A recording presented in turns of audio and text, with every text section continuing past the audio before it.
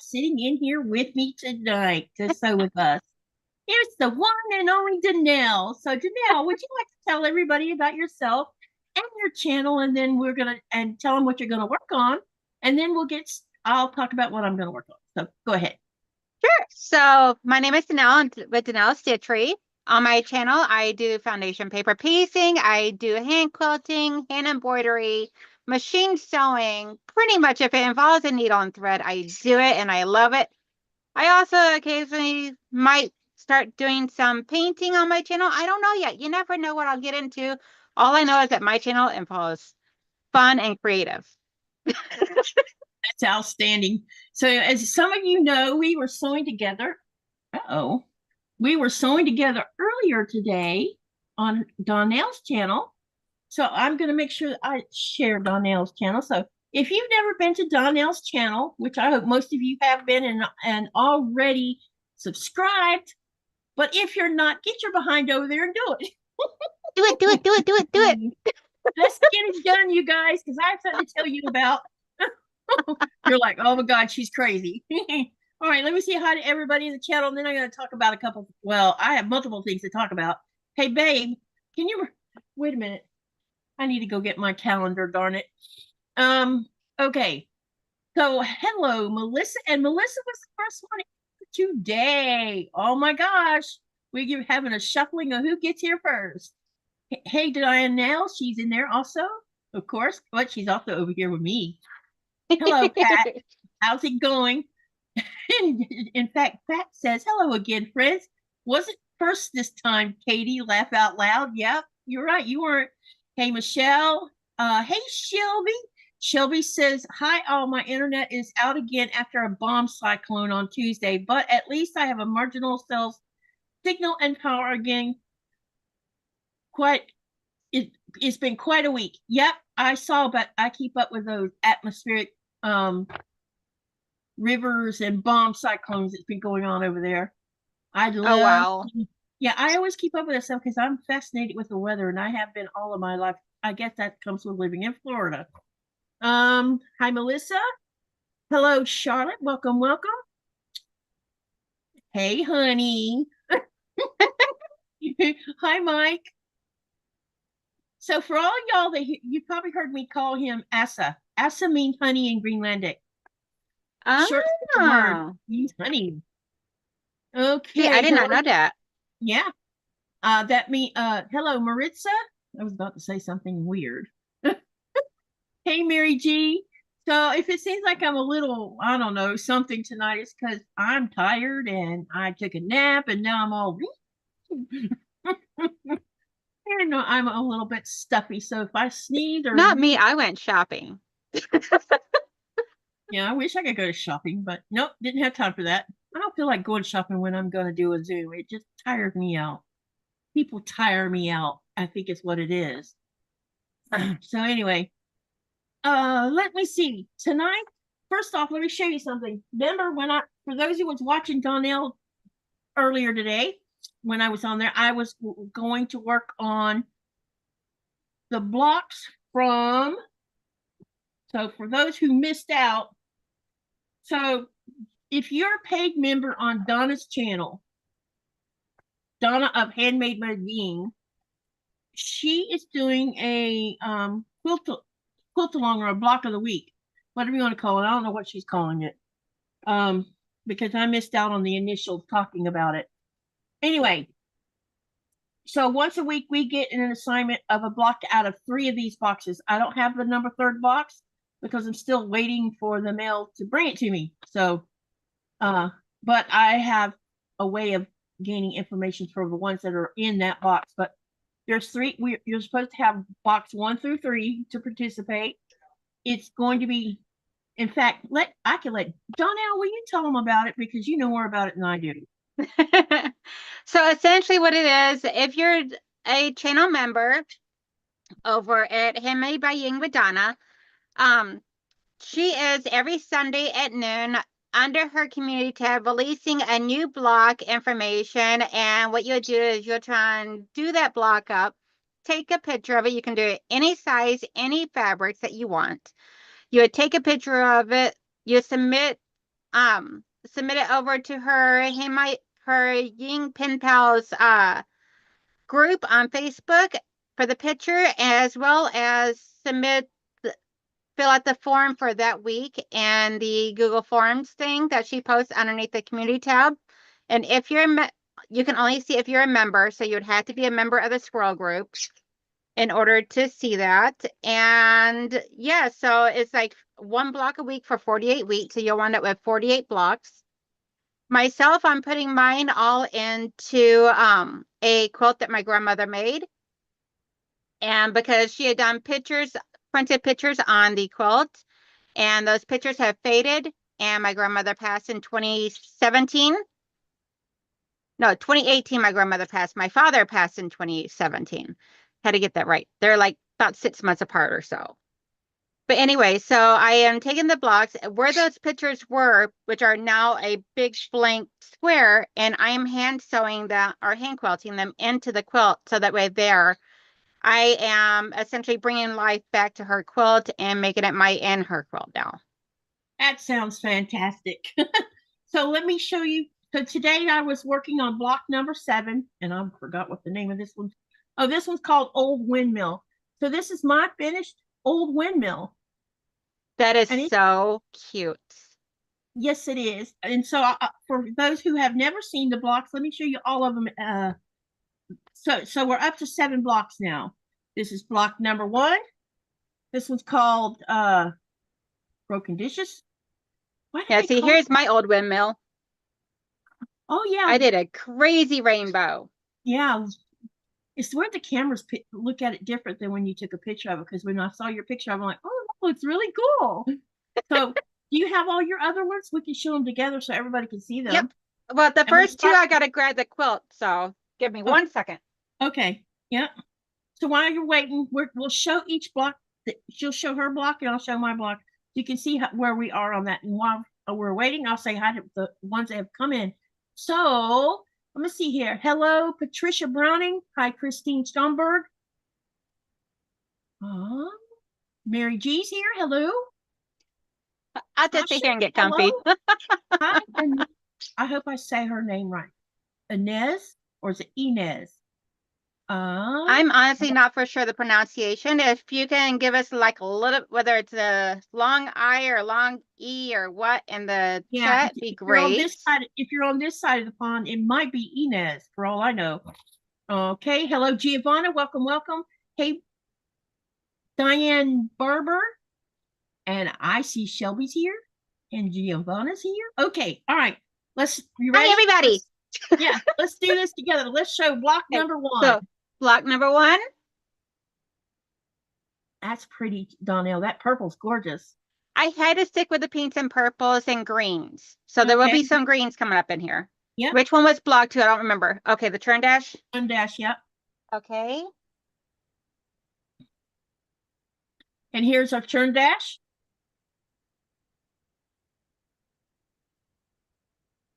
Okay. And block number 3 is the Fanny surprise or something. Ready? I think it's this one here. And this is 3? I did a hodgepodge of breast cancer awareness fabrics because it was in October. That's cool. Isn't it interesting how colors make it all look different when we're doing it? Yes, for me, this was like massively scrappy. I had such a hard time with it. Yep. Now, I don't do scrappy. Number 4 was right to left or right and left. Okay. And I got crazy with mine. Okay, so that's this one. Yeah. See how she has the empty, what's supposed to be, see, I put something in the middle of my empty space. I made it. I had to figure out a way of incorporating that flower fabric because I just love it. And I've been holding on to it. Yeah. And this is block number 5. Yours looks different. Look at you. It's because everybody else did it as their X's. Yeah. At the same fabrics. And I try and do like this creamy off, like beigey color and everything for the strip that goes across here. Yeah. So you guys see how we're getting different effects based on how we do our blocks. Okay. Block number 5. Is this one, right? Yeah. And that one's batik you got, right? Yep, I did almost every one of these are batiks. I think only like the center of this one here is not batik. Okay. And then the breast cancer awareness one is not batik. Okay, now block number 7. Yup. See there? See what happens with people, how they're creative? So you can do anything with these cool little blocks. And tomorrow morning, I'll be working on quilting the breast cancer awareness one. Yeah, tomorrow we get another assignment. So, yeah. So that's what we've been doing. And if you're not a member and you want to be a member, go over to Donna's channel, and I shared her link, and I'll share it again in a minute. And if you want to hop in on this, you can. You're welcome to do that. But if not, that's okay too. We're not saying you gotta. But we wanted you to see how we had different interpretations of the pattern, and we used our own fabric to do that interpretation, and it comes out different. So okay, so Inez says it's with an I. With an I. Okay, so it's Inez. Okay, gotcha. Yes. Thank you. Here is Donna's channel link. Let's see if the bot puts it out there. And then I'm going to share Donnell's too. Yep. Okay. Actually, Michelle already did it. So Sherry shared mine. Okay. All right. Sherry shared yours. Okay. Here's Handmade by Ying with Donna. There's her link. Go over there. If you're not a subscriber, go over, subscribe, share the love. Now, since I brought you never know what you're going to get into with her. Yeah, you never know. You might get into lots of trouble. I don't know. Anyway, listen to this, you guys. Uh-oh, what happened? So last week, I got all emotional about, I had, a little less than a week ago, I hit another milestone of 1,500 subs, and I got a little emotional because my channel kind of was looking like it was going to stay stalled forever. Anyway, I want to thank y'all, because listen to this. I am 52 away from 1,700. I might make my milestone of 2,000 by the end of the year. So that is amazing. Y'all keep sharing, you keep liking, you keep doing all the things you're doing, because my watch hours is up a little bit too, which is what I like. To me, the watch hours are more important, because that's what helps make the channel stronger, and any channel stronger as it's growing. So I want to say thank you for that, and keep on telling people about our channels. Us little guys, it takes a village to accomplish things, and by sticking together, we all can help each other, push each other where they want to go. I don't have this big dream of getting 100,000. That hasn't even crossed my mind.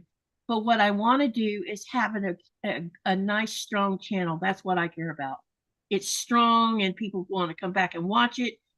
That's what's more important to me than making that big, huge milestone. But you have to make some milestones in order to get a stronger channel. And that's how we all, so, once it seems like a lot of channels become very strong once they hit the 5K. Would you agree with that, Donnell? I honestly have no clue, because I'm still working on trying to get to 1. Where are you at on yours? I am at, let me look and see real quick, because I actually have it up on my phone over here.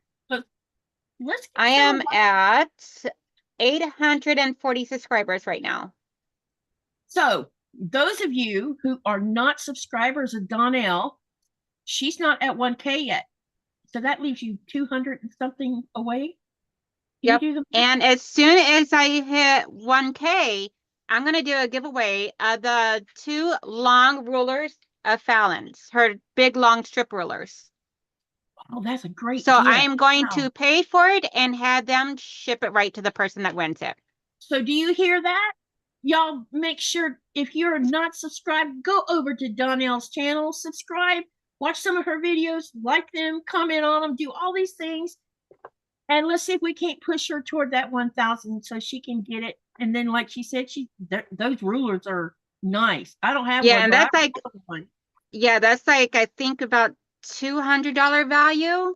Oh, see, there you go. And while we're talking about giveaways, on New Year's Eve, some of you already heard me discussing this, and hi, Candace. even if I don't reach 2,000 on New Year's Eve, that's okay. I'm still going to do what I planned on doing. I am going to be giving away 4 $25 gift cards like I did last year. And starting in November, starting on December 1, I'll be posting a Zoom form over on my community tab that if you want to be part of the festivities of winning a prize, I'm going to have rules that are going to be required. And one of them is you've got to fill out a Google form, because I don't want to have to chase your behind down or wait for an email to come and never come. Okay. Oh man, there's rules. Always a rule, right?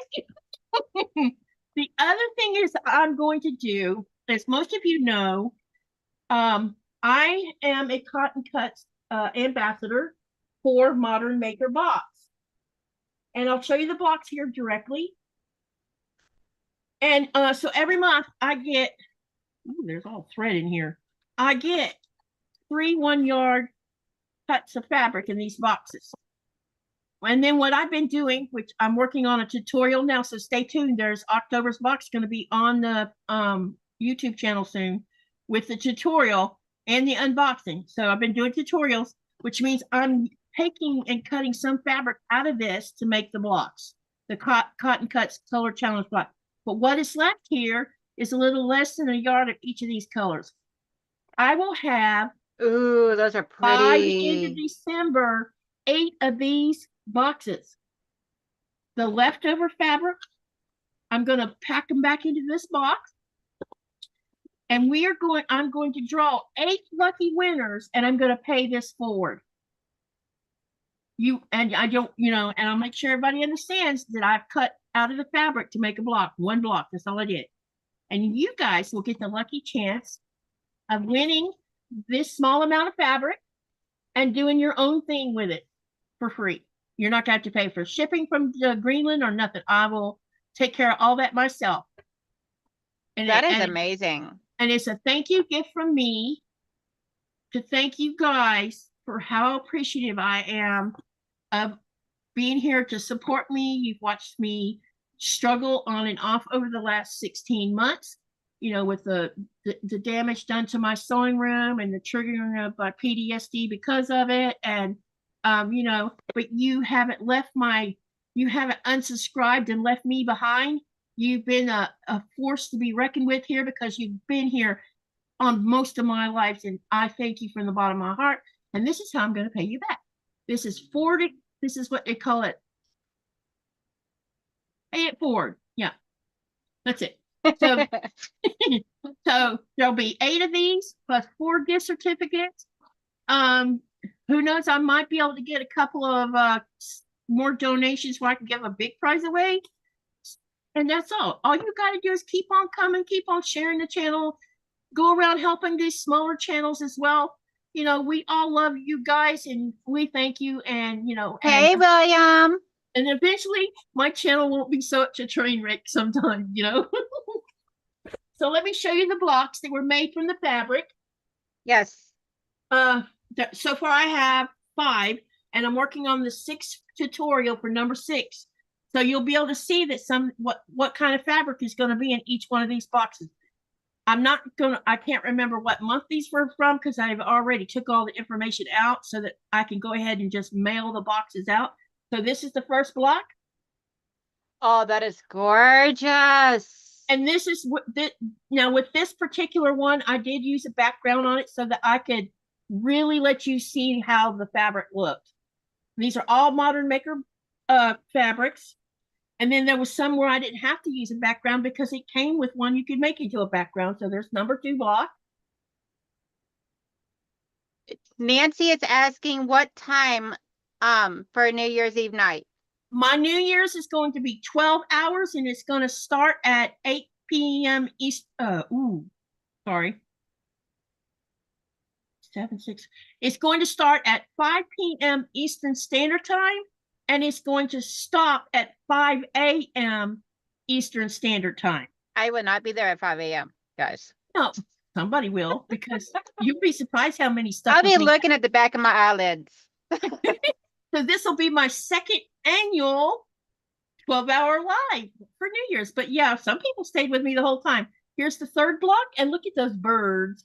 Oh, oh my gosh, that's so darling. And I some, love the little like flowery fabric that you put right beside of it. yeah. Some of this is art gallery, some of it's Northcott. There's one other one, I forget what the other one was. But the fabric's super soft, which is pretty amazing for this fabric. Here's here's block number 4. This one also, look at what I did. Oh my gosh, so cute. Is So that an this one has owl? owls and birds, yep. Aw, And so then this is adorable. number 5. And this one Ooh, I also, like this is, that. yeah, Got this like is in pinks, gold. purples, gold, and like Yeah, a it's very modern. It looks very modern. So this is what you'll find. Whatever box you win, it's going to be one of those, you know. And I should have my unboxing and tutorial up. I'm hoping tomorrow, and you'll be able to see the next set of fabrics as well. So that's what you'll see if you're a winner of one of the boxes. And then you can just, create from that, or you can add to it to make whatever you want to make. All right. So keep on sharing, you guys, and keep on liking and keep on watching, and let our channels run a playlist in the background while you're sleeping or something. Help us out. right. All right. Did you say William was in here? Yes, yes. My so-called Hey, life. hey, William. Congratulations on hitting that 1K mark. That is one heck of a milestone. Congratulations, big time. Hey, Nancy. Who else came in here I missed? Yeah, he hit it like on Thursday night. It was like about 10 to 15 minutes after my live stream. Yeah. Hello, Frank from Florida. And hey, Diane. Listen, y'all need to get Donnell over the finish line. So help spread the word. Donnell needs to make that 1K mark. All right, here's what I'm going to do tonight. I was debating on whether to continue on quilting with my I can't show you where I am on quilting it though. That's a good idea. Yes. Show and tell, show and tell. So here's where I am on quilting my love flower. Hey, And Jess. Hey, Melissa and Shelly and Diana and Frank and Nancy. There, I Jess, think I have this so pretty. I love how that turned out, especially with the words love right in the center. do you see how much I love making that love block? You know what I've been thinking about? I'm Huh. thinking when we do that 12-hour live, this is a free block, and I'm going to post the Moda archive page where you can go get it from. I'm hot. Now I'm finally hot. I was cold. Um, Here's what I was going to say. I was thinking this is such an easy block, paper piecing block to make. And there's 4 sizes. There's 4-inch, 6-inch, 8-inch, and 10-inch on this pattern. And I think what I'm going to do when I start posting about the New Year's party, I will start posting that link for the photo where all of you guys can go download it if you're interested. And we're going to sew it on the live. We're going to make a love block. And maybe we can make a small mug rug or something fun. Ooh, I say a love quilt. See how many Or a love quilt. Yeah, have a mini quilt that just says love all over it, I Because was gonna say, I'm sitting here thinking, like, how many times can you make that within an hour? exactly. So we can make like a contest about. Let's see how fast we can make Yep. these Do blocks. like a little contest, and whoever guesses the right amount of times that you can make the words love within 1 hour could win a gift. Exactly. See, we're coming up with a plan here. So anyway, think about that because I think it would be a lot of fun, and we're spreading love here. So come on, guys. Let's get on the bandwagon of spreading love and kindness and everything else. So let me show you where I am on this. The other night on my live, I was working exclusively on the leaves part. So here's the quilting on it. I hope you can see it. Oh, that is beautiful work. And I'm jelly. here's the second set of leaves. Now, I quilted around the edge of the flower as well, and I quilted inside of the love block where the letters kind of poof out a little bit, which is Oh what I was yeah, try and get after. some a little extra Yeah, poofiness and yeah. pop to them. Now all I got to do is figure out what I'm going to do about that flower. I don't know yet. I haven't decided. So that's where I You am on quilting this. you know what? You will figure it out when the time comes. And this is what the back looks like. Got butterflies on it. Oh, so And this pretty. is Well, of one course, if you got beautiful flowers, you gotta quilt have label. butterflies. I know. I found this. I was looking for what I could use for the backing because the And if you front is, don't have butterflies, then you gotta have bumblebees or yep. honeybees. And this is make anyone happy looking at it. Okay, so that's where I am on that. So tonight, I think what I'm going to do, like I said, is I am going to work on uh block, I mean, clue number 2 of my Hope Tree of Life. This just finally came in the mail uh Thursday, I think. The mail, Awesome. the mail coming to Greenland has been so terrible. This has nothing to do with cotton cuts. I mean, I had to cut when they did send block 2 out a way back when, but I never got it, which means it ended up in the vortex of HELL. Of who knows where. So I'm gonna sew on it tonight, and It went to Wizard of Oz to see the Wizard of yeah, it's like it was like, what's her name in the Wizard of Oz when the tornado took her away. That's what happened Dorothy. to this. It went to Kansas. Maybe it went to Kansas and it's still stuck in Kansas. Who knows? But anyway, I'm still waiting on the rest of it. I am going to tell you this. I have been um I have been buying subscriptions from Cotton Cuts since the spring of 2018. And from 2018 until 2024, no, 2020, I'm sorry, the mail has been perfect. I was getting my stuff every 2 weeks. Once in a blue moon, maybe one of these would go missing and you would call Cotton Cuts and boom, she would put it out there, get it replaced. She's 2020, always Kim is always really good about trying to take care of yeah, you. that's what I'm about to brag about their customer service. Their customer service is just as up there as it is with Fat Quarter Shop. I mean, there's times when I think their customer service is better than Fat Quarter Shop. And I don't have no complaint about Fat Quarter Shop because they replace stuff too. They don't give you a hard time about it. And then when the shutdown happened, all of our mail went to crap. I mean, let's be real here. The mail service has been so messed up ever since. So, yeah. Okay.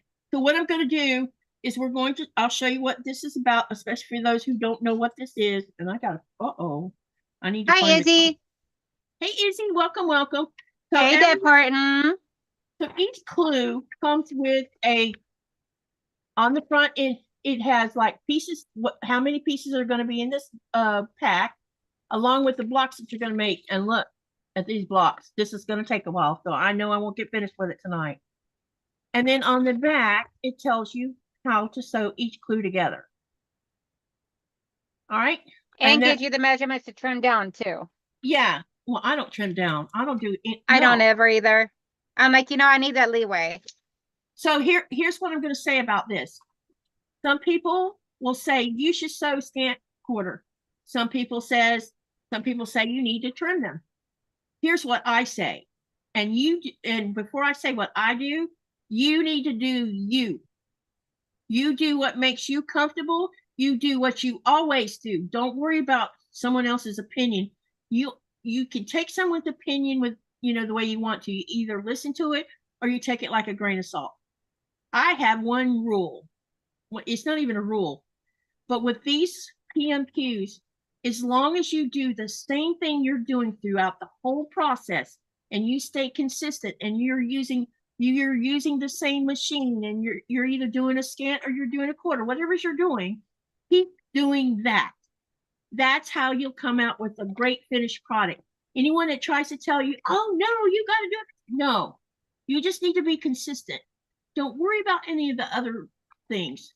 The only thing I will tell you is please don't start your pieces because you will have wonky blocks. If you starch or spray with water, then Yep. you are messing up the pre-cuts and it will try and come out messy. Yeah, and I'm going to explain why that is since we are talking about that. When you wet fabric, you have width and length of fabric here, or you have a bias. And depending on what you're spraying, it could shrink in one direction, but not shrink in the other way. So say it shrinks across the width of something, but the width and length, sorry, horizontal and vertical.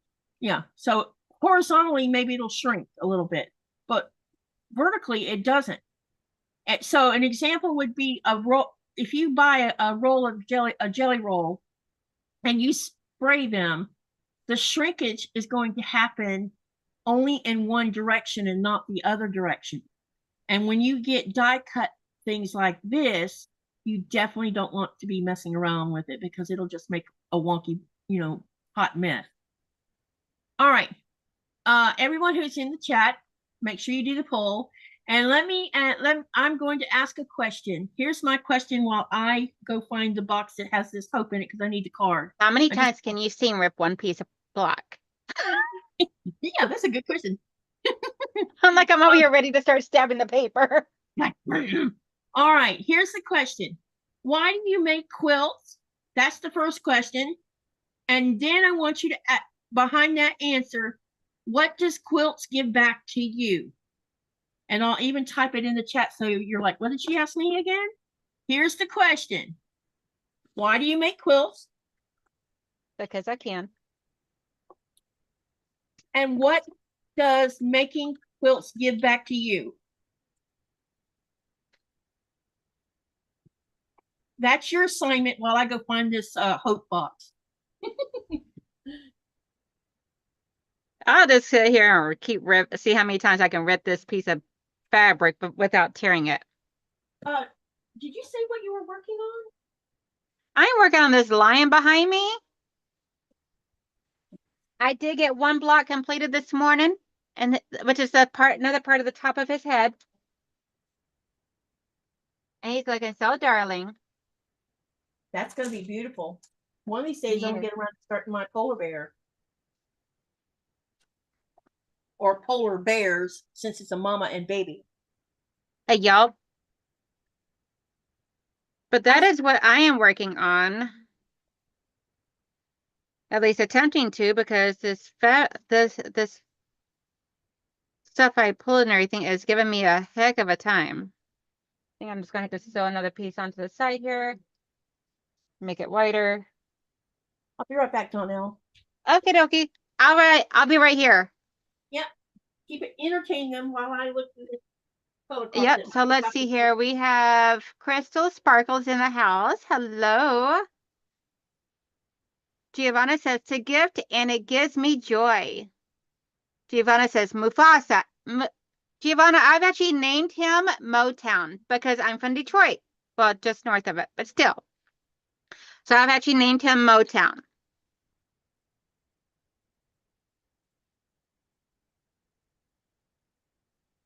Michelle says, I make quilts to learn new skills and to make me happy to gift them.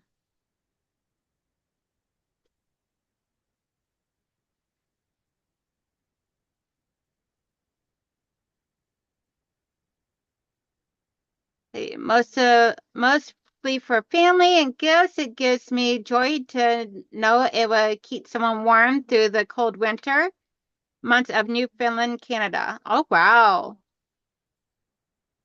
Yep, definitely got to have quilts for Canada. Okay. That should give me plenty of coverage now for this. Make sure I get laid in the right spots. Yep, there we go. Right there. Okay, let's see. Mary G says it's fun to see pieces come together and to give control and joy to someone. Yes. I love making quilts because that way it allows me to make a unique item that is not store-bought for somebody. And then especially if they use it to keep warm or just even to, like, I made a lap size quilt for my stepdad because he loves dogs. So I did it in all dog fabric. And my mom and dad does not have a headboard for their bed. So they actually used it and hung it up on the wall and to create a wall hanging or a headboard appearance for above their bed. So every day when they go to bed and get up and everything and then all, they see my quilt that I made. Plus they have one on their bed that I made them.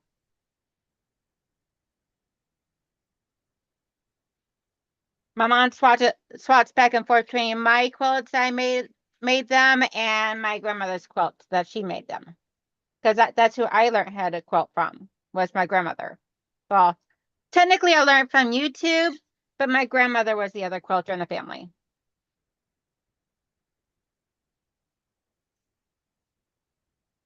Hey Denise, how you doing?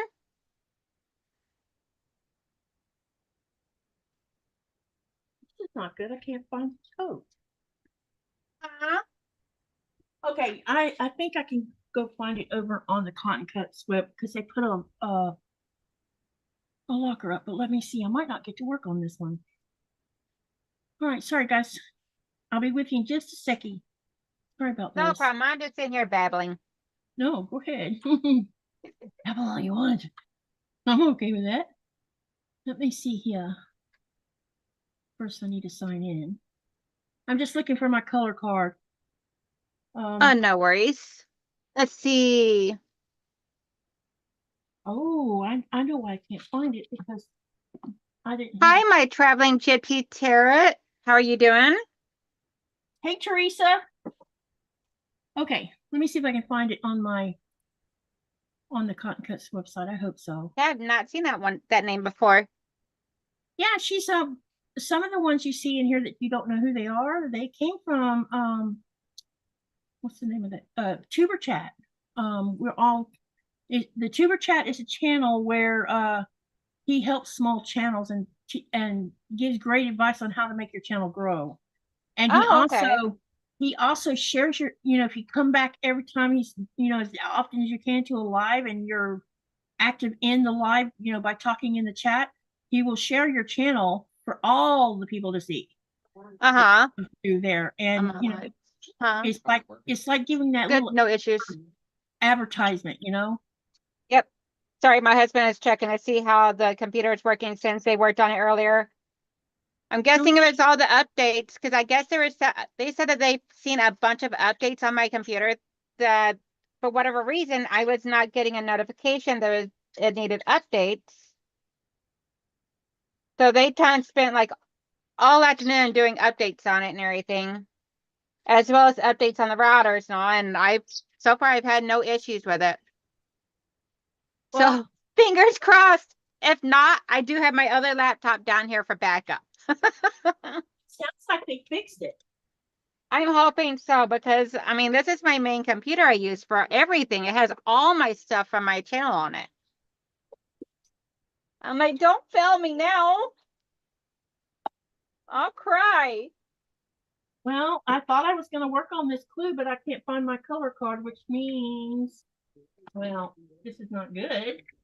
Put that away. I mean, you're a quilter. I'm sure you got tons of other stuff there you can work on. Oh, I got plenty of other things to work on. That's right, I do. There is no ending to what I have to work on. Let's see. Let me re-look in that box again one more time because the rest of the hope stuff is sitting in here. Yeah, Giovanna, I thought about naming him Mufasa, but so Becca named hers Mufasa, so I didn't want to copycat. He could be Simba though. But officially on my channel, I did a poll and everything over on my channel, and so officially he was named Motown because I'm from Detroit. So born in Detroit, grew up in Tennessee. After I became an adult and graduated high school, I moved back to where I'm at now, which is like 2 miles north of Detroit. Well, if I can't work on my hope, I can actually work on my Delilah instead. No, that's Wild West. Oh wow. Giovanna says the word Simba means lion in Swahili. Maybe I that's why. like that. So whoever came up with the name Simba for the movie must have already known that. Yup. It had to have for them to decide on that. That's Pat says it get interesting. Pat says the answer to her answer to your question was it gives me something creative to do. I make them mainly for family and I enjoy their reactions to getting them. I know they are wrap in my love. All these great answers. Thank you for answering all of those. You know what? Let's quilt then. How about that? We'll do some more of this. Hey Pete Pablo 1999 says I'm born in Chicago. Awesome, awesome. Where you at now? I feel like I should. Yeah, everybody listen to Nightbot. Nightbot says it hit that thumbs up button. I've been playing with my little Nightbot. You probably I noticed. had not figured out how to get Nightbot to automatically post stuff. I can show you how. It's really simple. Oh, awesome. Yeah, if you Oh, want after the stream, let me know how to do that. yeah, I'll do that. Also, you want me to show you on the stream? I can show you on the stream, I guess. Listen, No, everybody, I was thinking after the stream. after the stream. Yeah. Listen, those of you who have a channel, I want you to test out the bot. Hit and try not to flood everybody off. Hit exclamation Sophie and let's see if it shares your channel link. If you have a channel, put exclamation Sophie. That's all you put in there. No space. Let me show you how you do it. Just so you understand. You hit the exclamation mark, type the word selfie, and hit enter. Let's see if it's gonna work. And it shows my channel. And it showed yours. Yep. Now, if you have a channel that you're a creator for, you can do the same. And I don't mind if you self-promote yourself in my channel. Just, yeah, look, see, it shows Giovanna. There you go. So we know it's working. So you have the ability to share your channel. That means any of you who want to. Just keep in mind that you're not doing it every 2 minutes or anything like that. Yeah, essentially just don't flood it. Yeah, do it in moderation, okay? I shouldn't have to, what do you call it, police it. We're all grown adults. I call it babysitting. Yeah. Well, I think there might be a babysitting, and I doubt that I even, hey, Pete, how are you doing? See, there you go. And that's another way to promote these channels, because a lot of times when I'm live and I'm sewing, it's hard for me to remember, okay, let's share so-and-so's channel. All right, I'm going to just switch over and we're going to quilt. Because I don't know where my color card is, which is not cool. All right. So this is what I use when I'm quilting this foot. It's a plastic foot. Oh, okay. It's just a yeah, I think that's just like a standard traditional foot, I believe. Yeah, it's an open toe with none of the gadgetry in the way of the needle. Yep. And then I set my machine to the first position. Then I crank the stitches up to about 3.20 because I like that bigger stitch that you can see. And put the foot on there and I'm ready to go. Who wants to know what color I'm using?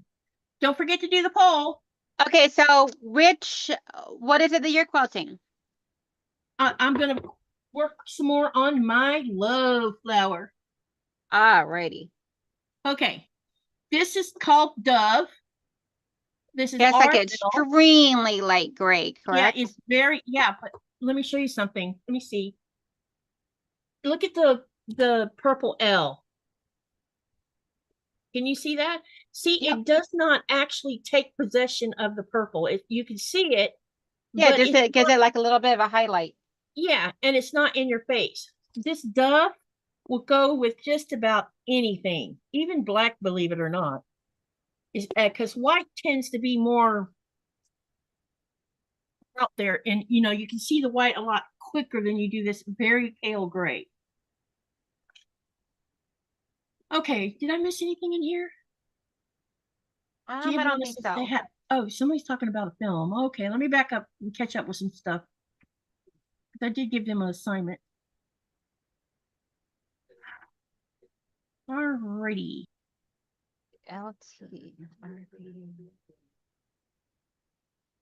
me see. SL.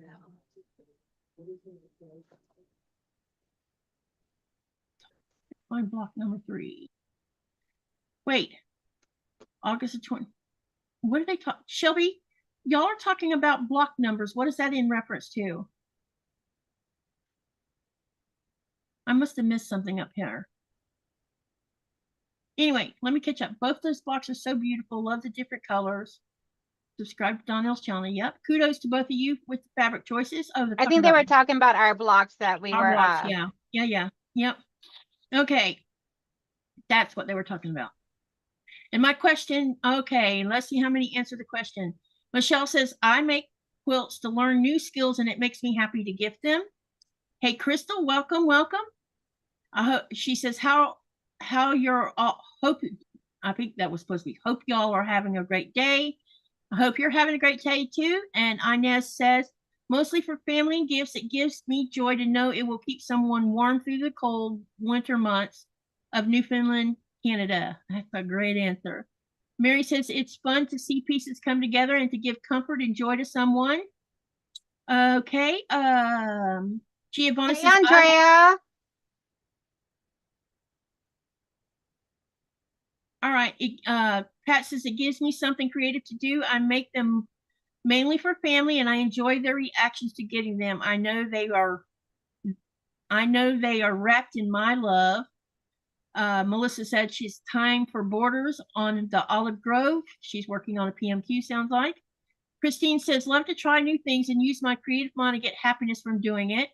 Giovanna says, Katie, as soon as you stop looking for, you'll find.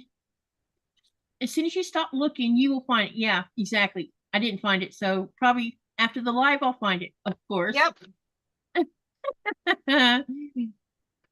All right. Andrea said she's popping in for a while and everything because Deb is having difficulties over on her stream right now. Technical difficulties. Who is? Deb S, the Pug Mama Quilter. She was doing her very first ever live stream today, right at the same time that you started yours. Oh, I thought she was doing it earlier in the day. Yeah, I have no idea. I found out this morning right before we went live, or right after I went live and everything, that she was having hers at the same time that we were doing this. Oh, Shelby says the blocks you made, you said you didn't know what card they were from. Yeah, I didn't know the name of the blocks. That was the problem. All right. Who is in the window?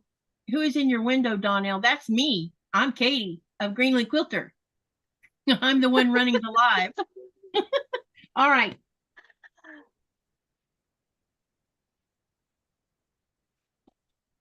What do you guys think about I go around the outer edges of the flower first and get like right along that seam edge, just maybe an eighth of an inch in from the seam, and straight lines quilt all the way around the outer edges. And then just maybe I could come back in and do really soft curves on the inside of each of these blocks. What do y'all think about that? I think that'd be really cool because for one, the soft curves on that lighter purple on the outside would give it like that really soft leaves type of look to it. Yeah. Okay. So let's do the outer edges first. And I'm going to have to move my mouse or it's going to get knocked off and then I'll lose my windows. Oh, there we go. Now we won't be getting in a fight with the mouse. Okay. Yeah, no fighting. Hopefully you can see what I'm doing here. And while I'm doing this, I mentioned it in Donnell's channel. I hope she didn't mind too much. Because somebody's going to ask about an update about Blaze and Thomas. I need to call him after the live to find out what because they were picking them up this morning to take them shopping. Awesome. And no, I definitely did not mind. I love hearing especially happy update. These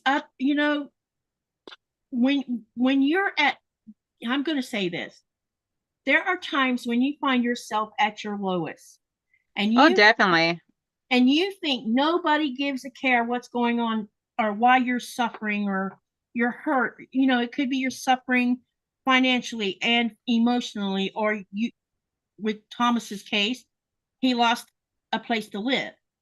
And, and you're trying to raise a young boy while you're being homeless. It's really hard is really hard on the mind too. Oh, And definitely. and being a single dad who is raising his son because he has, because he has to, because he's his dad, number one.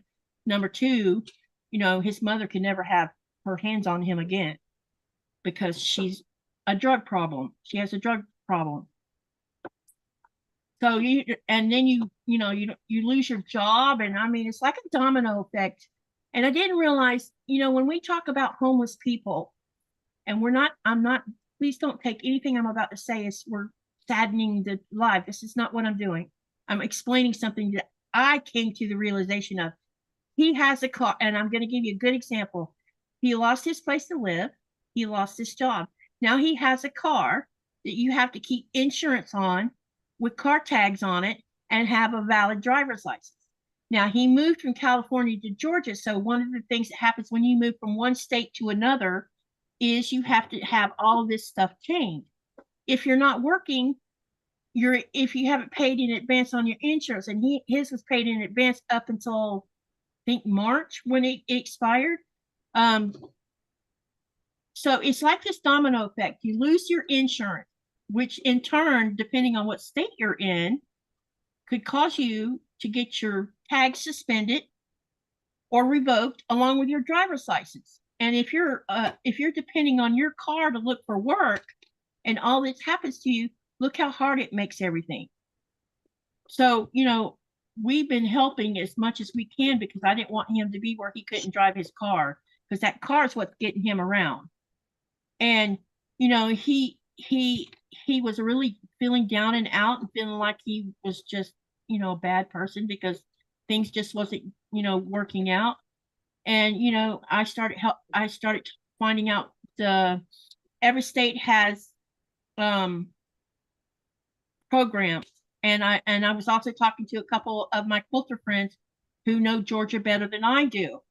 And, they're like, go check out this place and go check out this place. Get on the phone and call them and see what they can do to help your son. And before we knew it, there was people stepping up to the plate, helping them, helping keep him in a hotel. He stayed in a hotel for, I don't know, he's been in Georgia. He'll be in Georgia a year at the end of December. So about 10 and a half months, I think. And, but there was a couple times where him and Blaze had to spend the night in their car. And, and it was hard on me because I'm his mother. And, when you're a mom and you have children, it doesn't matter if they're 30 years old, they're 10 years old, or they're 1 year old, you are going to worry. Oh, definitely. I mean, that doesn't stop. It doesn't matter what age your child is.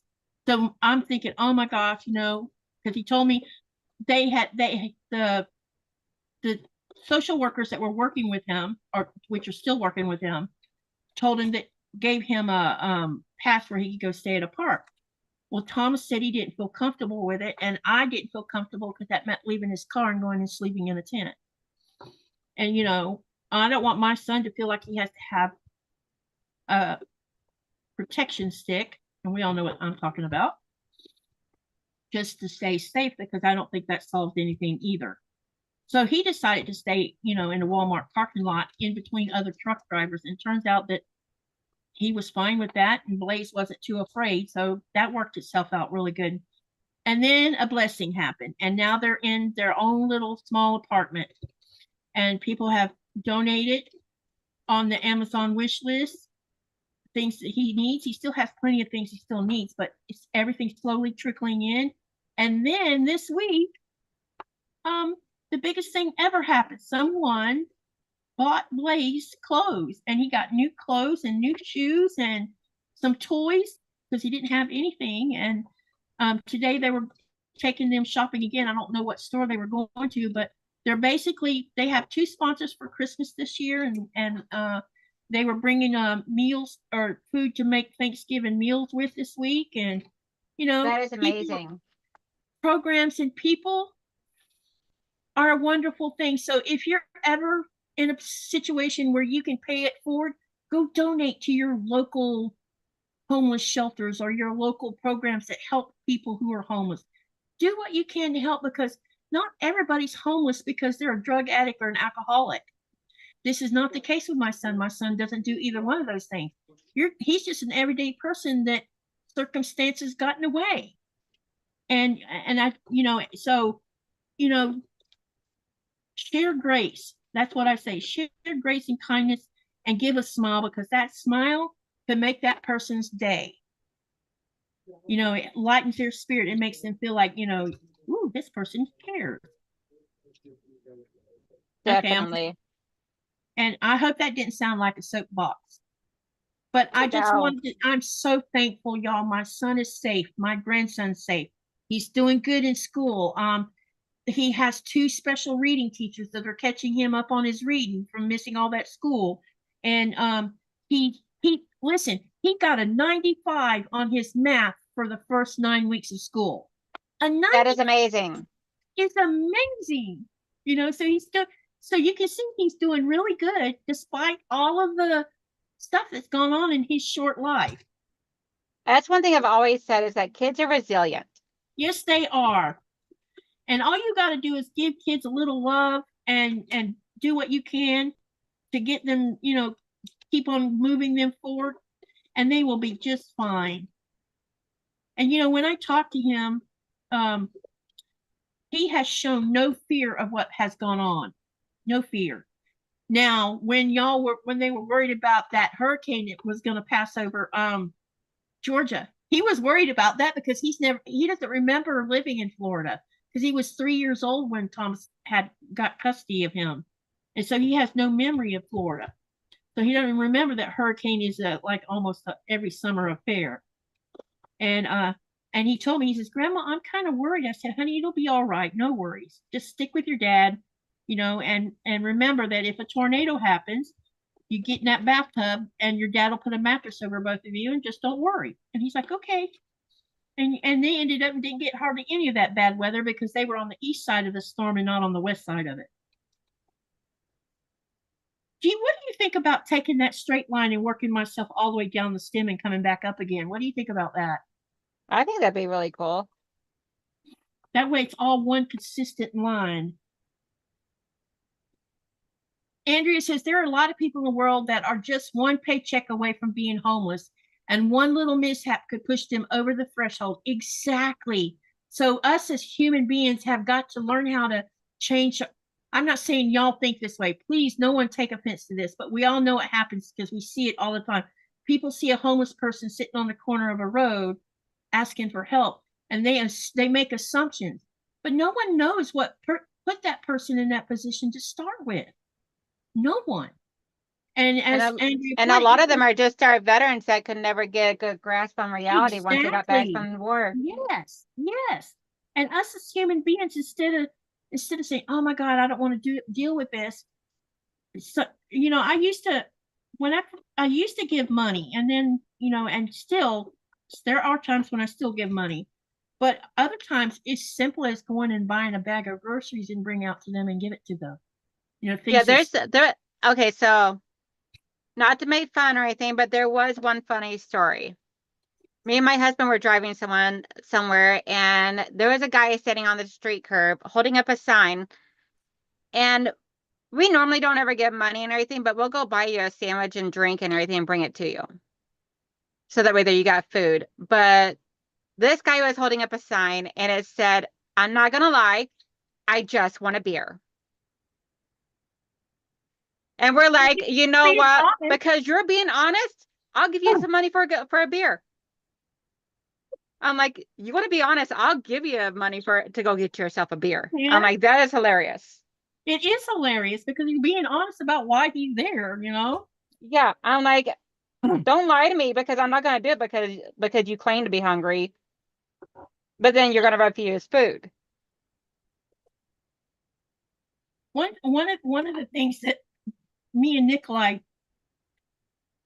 there was a period of time when his mother, his not his biological mother, but his adoptive mother, her and her husband, when I first moved here, you could see and this is a problem here in Greenland. Alcoholism is like the #1 biggest problem here, and suicide's #2. And every month, at the first of the month, some of them waste part of their money that should be buying them food, and they're buying wine and beer and getting so drunk they can't stand up by themselves. And Nikolai's mother is this tiny woman. And there's lots of these tiny green-minded women around here that when they get drunk, you find them laying in the middle of the road. It's crazy. It's insane. And we're all picking them up, getting them off the road. But anyway, I told Nikolai, I said, instead of giving them money when they call saying that they need money for coffee and food and stuff, why don't we just go buy them spend 2,000 kroners and buy them a gift box full of food. That way they're getting food. They're not just taking that money and spending it on more wine and more beer. And because there was a point where she looked pretty rough, because you could see she wasn't getting enough to eat. But they were drinking their money away. Yeah, there's actually a place right by me that house veterans, and cannot think of the name off the top of my head right now. But what they do is they house people that are veterans that are coming back, and they help get you acclimated back into the real world and everything and all. Help get you homes, jobs, everything. That's outstanding. Yeah, they're like nonprofits, so they work solely off of donations. So Yep. a lot of times I'll make like lap quilts and take it over there to them. Yeah, I was thinking about what we could do if we could make quilts, especially for winter months when all these people need help, Yeah, because they try to house like up to 88 veterans at a time, men and women. Nice. I hope y'all are not turned off by this discussion. If it is, please tell me you're uncomfortable and we'll change the subject. But Definitely. This is the real world, and we're quilters in the real world. And we're not talking about something that's going to hurt anyone. I hope not, anyway. But I have truly learned a lot out of this situation with my son. There is people who will help, but a lot of times people are don't know how to get help, don't know where to go ask for help.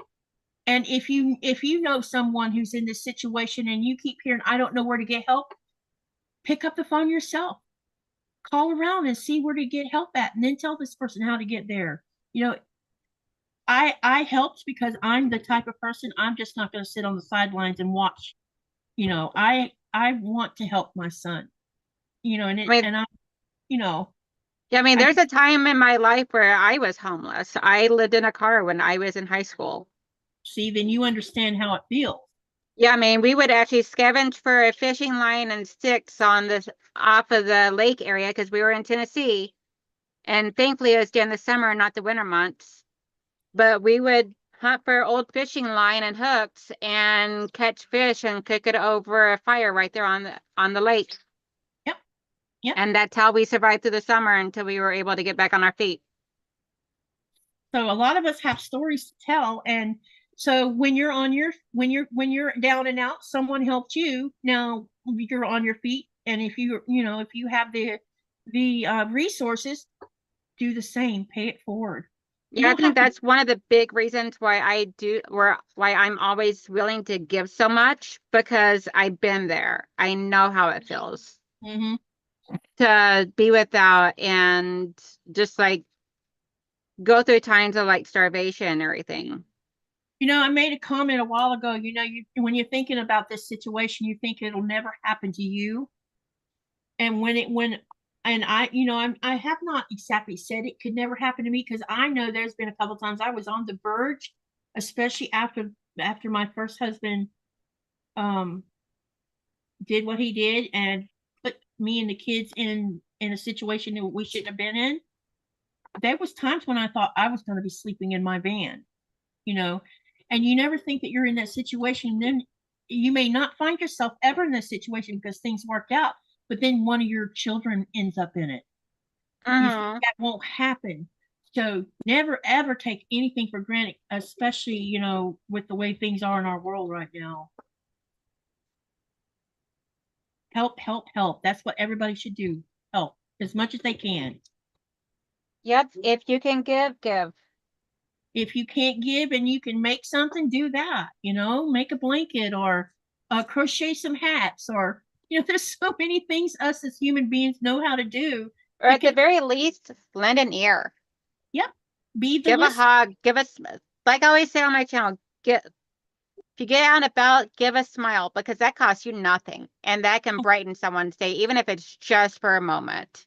I love this saying that give a smile could change the world. That is so very true, especially in this day and age. We need to be hugging each other, telling everybody it's going to be okay, and just share with one another.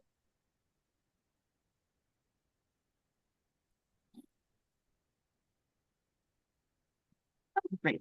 I'm almost to the other side where I started at. That is awesome.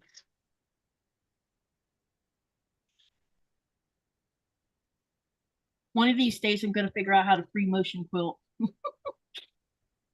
I tested the waters with it a little bit. I'm like, one of these days I'll decide to jump all in. But right now we just gonna go straight stitch. Yeah, I think what I'm gonna do to jump in is make some small mug rugs or something. So if I ruin them, it's no big deal. You know what I mean? Or either just get some scraps Bowl and cozies. make small little sandwiches and just play around. Just make bowl cozies. Yeah, bowl cozies is a great idea actually, because if Yep. you do mess it up, that's what I've actually practiced on a few times. Yep, and that way you can still use it after you've done what you've done. Yep, and if it comes out looking horrible, you don't care. Yep, exactly. That's a great idea, Donnell. I may have heard that idea from Sean this morning. Oh, yeah? But I've also done that a few times too. I practiced my free motion quilting a few times on that. So it's kind of like a shared advice. Okay, let's hope you can see this. Oh, that is beautiful. I love it. So I went around the outer edges, as you can see. And then I've come down here and did the stem the same way. Okay, so the only other thing that I would probably do is, okay, bring it back up to the petals and all. Yeah. Where you can see the love. Yeah. Okay, so you already did the inside of love, right? Yeah, I put a stitch on the inside. Yeah, I did. Okay. Yeah, I would maybe like go along the outside. On the outer edge. Yeah, I would go like around the outer edge and then maybe even just leave it as is. Okay. I mean, it doesn't have to be, I mean, unless you want it all being tight knit and everything and all stitch and all. I usually don't do a whole, personally myself, I don't do a whole lot of stitching. Yeah, because this is going to hang on the wall, so it doesn't need that dense quilting to begin with. And I used what they call it, a crafting batting inside of it. So it's not even a heavy duty one. So I think you have a point there. And by doing that, it'll make the petals puff out too, like a flower. Yeah, because I mean, for one, you're not going to be washing it regularly like you would a normal quilt. Yeah, I think I should do the same thing with the very inside edge of the leaves as well. Just put a little small seam around it. Well, I don't know. I might leave that alone. I don't know. Let's do the rest of the flower first. Pat says, Katie, that's very pretty. Andrea says, I love you guys. I am going to watch the replay, but I need to go. Uh-oh. See you on the replay. Bye. Frank, have you been working on anything recently? I haven't seen a lot of you, so I don't know where you are on sewing and stuff. Frank lives in my home state. That's amazing, Diana. She says, I have knitting, have a knitting, I have a knitting machine. I can make hats in about 20 minutes. I have donated and will continue to. That is awesome. Oh, that is awesome. I didn't even know there was such a thing. I knew there was such a thing. It's just I'm not into knitting, so I admire it. I just don't do it. Oh, you can tell it's thick around the seam because my needle keeps making a funny noise.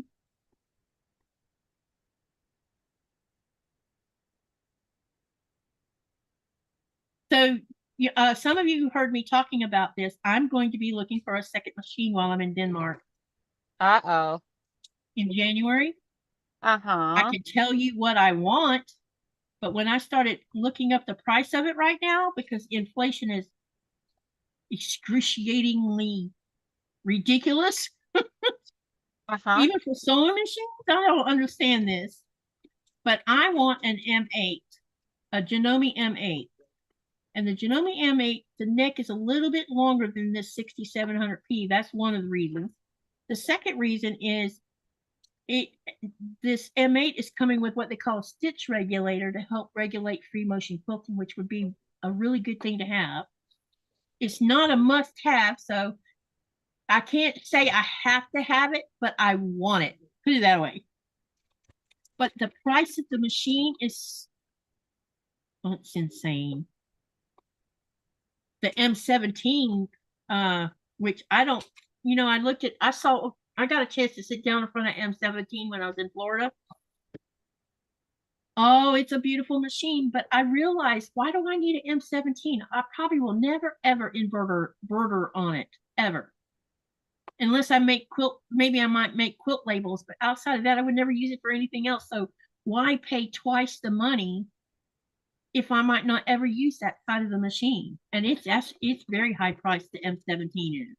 Yeah, I would definitely make sure that whatever you choose to get, especially if it's going to cost a lot of money, make sure it's going to be something that's going to suit your needs. Yep. Because if not, then you're wasting the money. Exactly. I can't buy a long arm for two reasons. Well, there's one main reason. If I ran into a problem where I needed someone to come help me with it, there would be no one to do that. So there's no point in wasting money on a long arm. Well, another thing that you could do is look to see what your options are as far as learning how to maintain it yourself. This is Because true. there are people like Terry that she'll completely take apart, as well as William. They would completely take apart and repair machines, sewing machines and everything on their own without ever taking it to a repair person. Yeah. So what you could do is look to see what are your resources to learn how to do it yourself before you purchase one. Yep. This machine, this 6700P I have right now is my only machine except for the Singer, which Hi, Big Family Expedition. I absolutely refuse to get on. Hello, Big Family Expedition. Welcome. Hit that. Oh, by the way, you channels, make sure you hit that exclamation Sophie to share your channel link. And if you're not subscribed to my channel, please do so, because I'm trying to get to 1,000 subscribers. And I would really appreciate it. Yeah, please go over there and help her because she's a little over 200. I'm trying to get to that 1,000 mark, and I would really, really, really, really, really love it if you guys would help me out. Christine says it's getting late, so it's bedtime for me, and the dogs are early risers. Christina, where are you located at just before you leave? Look, Donnell hit the selfie. See how that works, you guys? Hit exclamation selfie and share your channel. Yes, just like that. Aw. Giovanna says, I'm going to watch Deb's live. I will catch the rest on the replay. Bye. See you later, Giovanna. Hi, Giovanna. I think me and Giovanna have been following each other all over the place today. There's so many channels to keep up with these days. Yeah. Okay. It's fun. I love it. All right. I think I am going to run a seam along the inside of the leaf. Do it. Do it. Do it.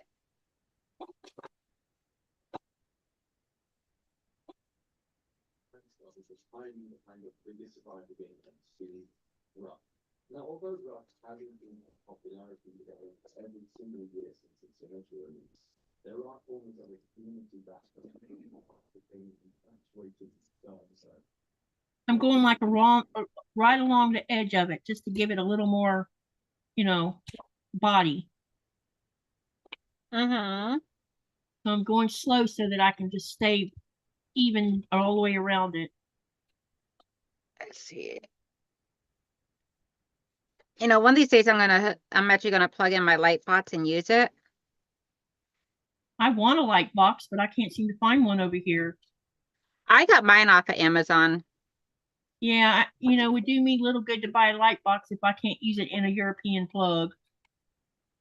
Oh, you guys got European plugs over there? Yep.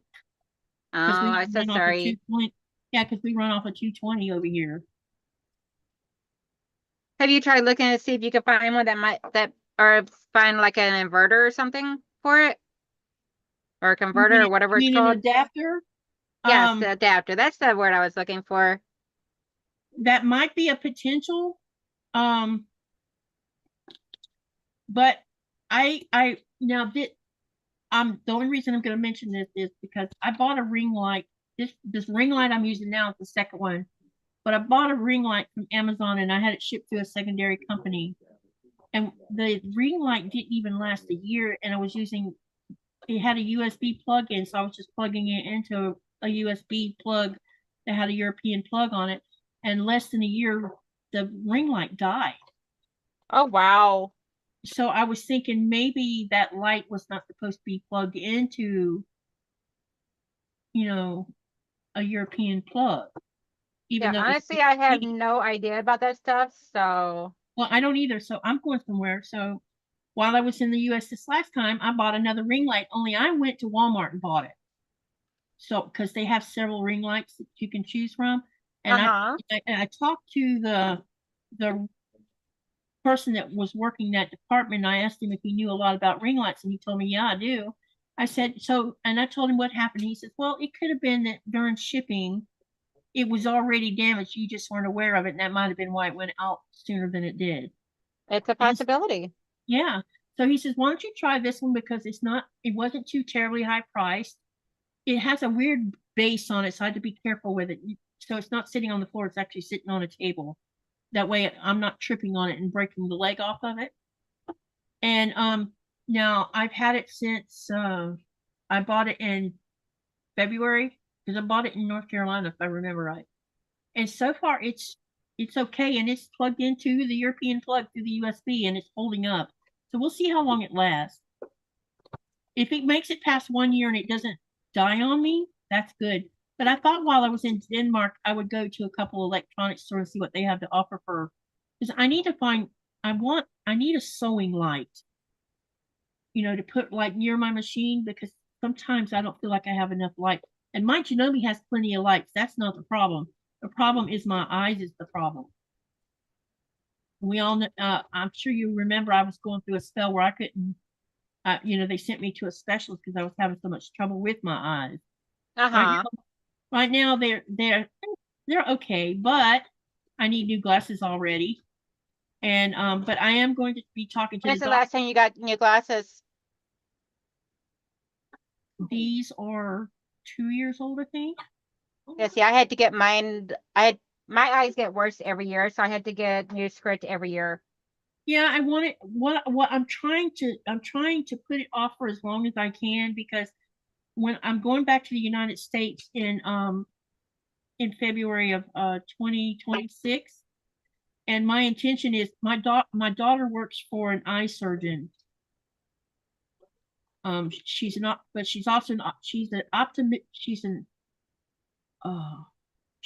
eye surgeon, but she also is an eye doctor itself. And I'm going to get a second ophthalmologist. Yeah, an ophthalmologist. That's the word I was looking for. I'm going to get a second opinion about these there's like, from what I understand, I have an early onset of cataract. And oh, wow. Which doesn't surprise me, because I don't wear sunglasses. I can't stand them. I already wear a pair of glasses, and then to put sunglasses over the top of my glasses just, annoys me. And, that's my own fault not wearing sunglasses. But if they're small enough, maybe they can just go ahead and deal with them while, instead of waiting until they're full blown and I can't see anything. Because I notice with doctors, they tend to tell people, just come back when you can't see at all. And I don't want to wait that long. I have life to live. You know what I mean? What are you bellyaching about? Yeah, I don't think I've ever had a doctor tell me that before. Maybe that's changed now that we're in the 21st century.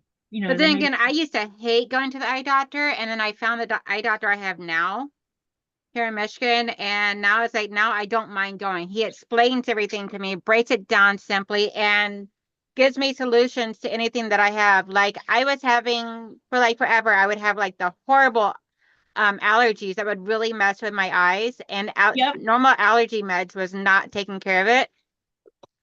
So he actually gave me a small bottle of eye drops for allergies, and that has calmed that down tremendously. When I went to see the eye doctor in Denmark, and they did all the stuff that they did, and we found out that I had the trauma on my peripheral part of my eye, and they come in and they asked me questions about it. When I told them, you know, I answered their questions, they were like, well, this is damage, this is what we call trauma to the eye, and that we can never fix it. It's there forever, and it could eventually cause peripheral vision issues, but for now it's not. And but at least I'm aware of it, you know. Yep, you're aware of it. The doctors are aware of it, so that way they can keep an eye on it. No pun intended. Well, yeah. I'm like, I didn't think about that until after I said it. They said my retina was fine and it looked healthy. So, you know, despite the trauma that was done to my face, at least that, you know, that was a blessing in disguise right there, knowing that I didn't have retina problems. Definitely. It was just the trauma was too, and the trauma is more on the left side of my, you know, on the left side of my face, where my left eye is more damaged than the right eye does. I think, yeah, it's the right. I don't remember which one, but one of them's worse than the other one. I think the chat needs another question because they've all gotten quiet on this. It's like crickets. Okay, what can I ask? How many? Let's see. Do you have a question you want to ask? I have a set of questions over here that we could start asking some. So, right. Okay, so viewers, and Katy, because okay. I have like 8 questions here I had set aside for you, and I never got the chance to ask more than one. Uh-oh. Because we just kept rambling earlier. Yeah, we did. So, what kinds of quilts do you prefer? Traditional, modern, or what? I like both of them, and when I finally make the masterpiece that I have in my brain that I want to make, it's probably going to be a modern quilt, but I'm going to do it like a maximal. You didn't go to QuiltCon, did you? I did not. I wanted to. I lived through everybody else's videos. Okay, well, one of the things they had, one of the categories they had was called Maximalism. And so what is that? For any of us that don't know. Maximalism is where every part of the quilt space is used in either in piecing or quilting, whichever. And I was interested in the piecing. And all of you have heard me say, I want to make a quilt. You know, I made that mandala with 32 colors. I want to make a quilt top that has 100 petite colors in it. Oh my goodness. You're thinking, oh my God, she's crazy. That's too much color. But if you had saw then again, I know you, so I know you are. Yeah, I am crazy. But if you'd have saw some of the maximalist quilts I saw at QuiltCon, where it was color pieces sewn together, and the entire quilt was color. And I mean, it was right there. Look at me. Don't look at this. Don't look at me. You know, and because I love color so much, I was just standing there like with my mouth hanging open. So I want to do that. And I want to show you an example of what I can do to do 100 colors. This is gift wrap paper that is in our grocery store. And oh, that is so pretty. When people come in and buy presents, they can wrap the presents for free in the store. So that is amazing. All this, I'm like, oh my God, that is a potential quilt in the making. Yes. So look at all the different designs sitting in there. There is a way to do this and have 100 colors in it and still play around with these. This red circle you see, that is the Greenlandic flag. And wow. So this flag is about the midnight sun and winter darkness. That's why it's set up this way. It has to do with that. And I could do reverse applique with that part of it, and then do all the piecing of this shape of the pattern just by looking at it. I just got to figure out what size blocks I actually want to make before I even try starting this. But I would love to make a pattern where I could just go with it and just keep using colors until all of the entire quilt, about a queen size quilt size, which will take a while, but it would be fantastic to do it like that. It would be my one masterpiece. And then that masterpiece will probably go to my oldest daughter because she's the artist in the family, or I'll give it to my oldest granddaughter who seems to be showing the same gift of art using color. She seems to be using color in the same way that Lynn did. So this must be a this use of color like you're seeing me do, and what I've seen my oldest daughter do, and now I'm seeing my oldest granddaughter do. It must That is be amazing. Yeah, it must be within us. I'm not, I used to draw and color and paint when I was young, and every time I did, my dad, being who he was, would just come in there and take it all. And so I stopped. This chair is being weird. I stopped doing all of that. And because it was another thing for him to hurt me with. And yeah, I think I'm like in between traditional and like an in between of a traditional and modern, yeah, more leaning so towards the traditional because I love piecing. But at the same time, I'm also love exploring, like using like my own fabric to do FPP. Like I'm loving this experience here. This is so much it is fun. a And lot of it's going to be fun. one humongous lion. And when it's done, it's going to be a queen size quilt for my bed.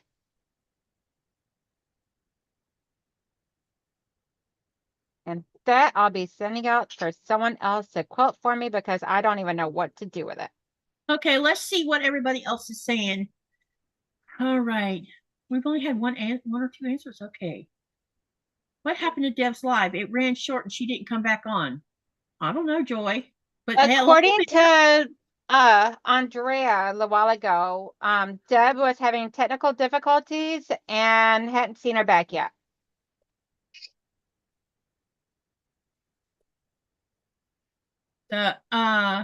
Shelby says she is definitely more minimalist.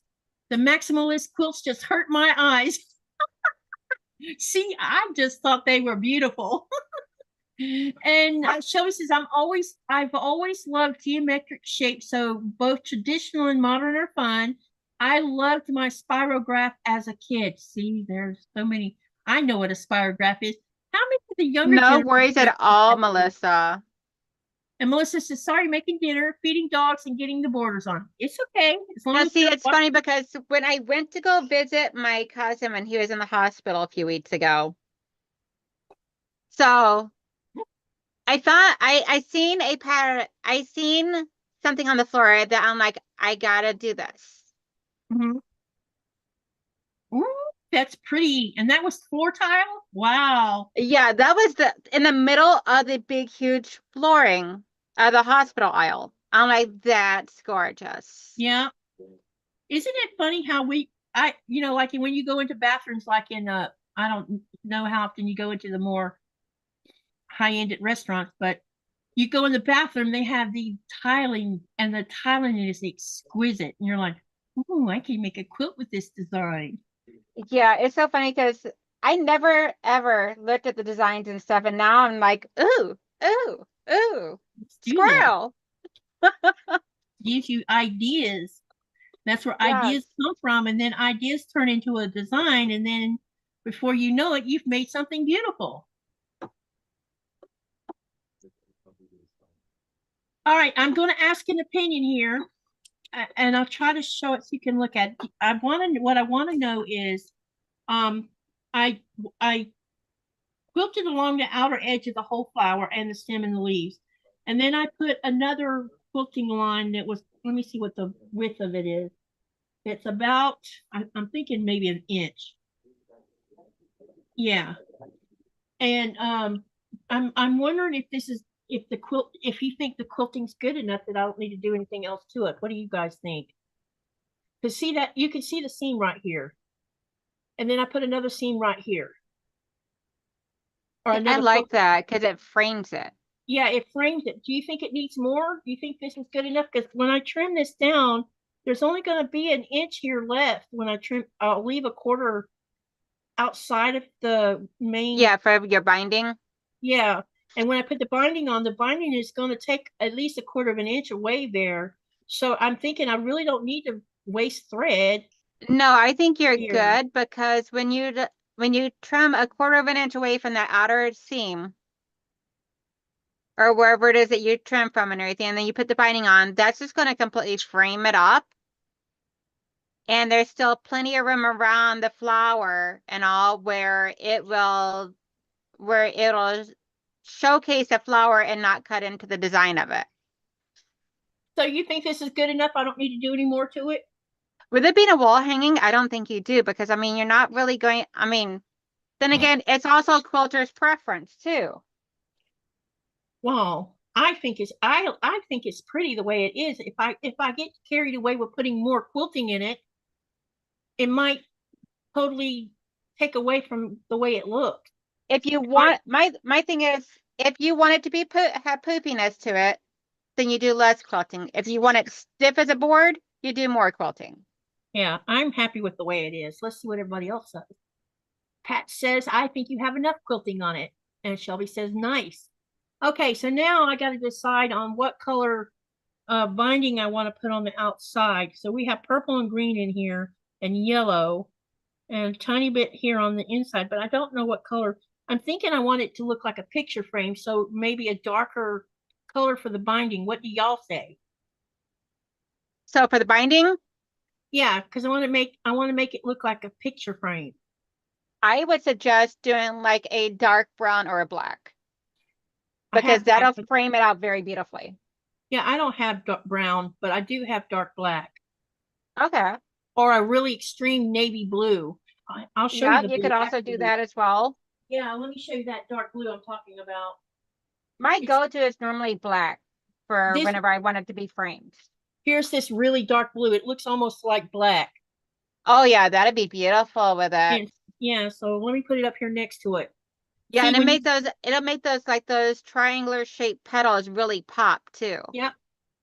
So I think that'd be perfect. Yep. I think so too. Kathleen said, hey Kathleen, welcome to the channel. Hey she Kathleen. Says purple or brown. I do have a dark purple too. Hang on a second. Oh yeah, you gotta audition all your darks. I do have a dark purple. Okay, so audition time. Yep. Let me see if I can find it.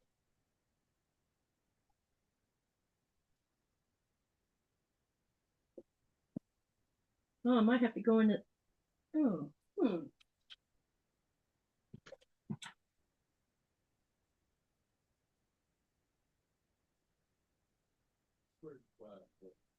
That Nora. I should have a really dark purple. I'm almost sure I do.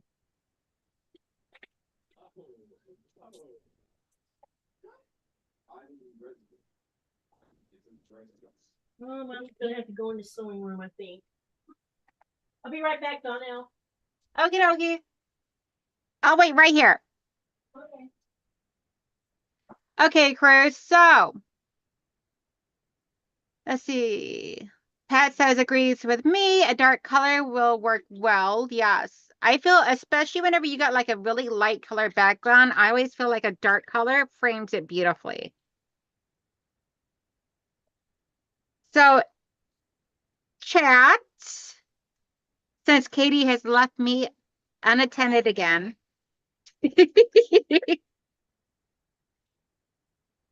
People should learn better than trying to leave me unsupervised. So crew, how many, let's see here. Do you make any other crafts other than quilts? Myself, I love making anything that I can hand sew, hand quilt, or not hand quilt. Yeah, hand quilt. I love doing hand embroidery. Really been testing the waters out on that lately and everything. Not on camera because I want to learn the stitches first. I don't know that this is dark enough. What do y'all think? I got this and this. I think the darker one would be better. Yeah, I think that dark blue would too. Because that lighter one is too much of a medium tone and it kind of like falls into the design of the flower. Yep. Yeah, I didn't think this was dark enough. I thought I had something darker than this, but I guess I don't. Oh, Which is- awesome. Kathleen says she also makes cards. I asked everybody in the chat if other than quilts, what else if anybody makes any other crafts. I crochet, as you can see by the wall. I would have never guessed. Sorry, I didn't mean to be a smart butt. Oh, girl, you are fine. Your show, I'm just hogging up some time here. What time is it? Let me see. It is 5:35. So we've been going an hour and a half. Okay. Yeah, I told the family I'll be out there about 6 o'clock my time, which is about another 25 minutes, so that way there we could do dinner. Yep, I was just gonna say that's when we're gonna like stop, and then everybody will have to slide over to see and help William tonight. Yes, he has his celebration for hitting his 1,000 subscribers. Yep. So what I'm gonna do is I'm gonna go ahead and press the fabric for the outer edges, and I'll go ahead and take this to the I'll have to, which means takes me off the camera again. I'll go ahead and trim around. But I don't Man, you leaving me unattended again? again. You never know what mischief you're gonna get into when I walk away. No, I'm always getting into trouble. Just ask my peeps. So I was thinking I would at least get it trimmed tonight, get the fabric cut for making binding into it. I may not get time to sew it tonight, but do you guys want to watch me bind it on the next live, or you want to see the finished product on the next live? Because I could go ahead and finish it and show it to you on the next live. Which would you rather see? Me sew it on the next live, or finish it and then show it to you? Because I could do either or, but I will go ahead and start trimming it now. And also, I wanted to talk to you about next Thursday. Nikolai is leaving Thursday morning. Well, we're back to that. You'll be okay.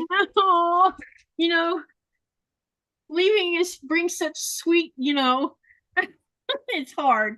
Anyway, I decided to get my mind off of it because he's going to be traveling and stuff. I am going to have a 5-hour live on Thanksgiving night.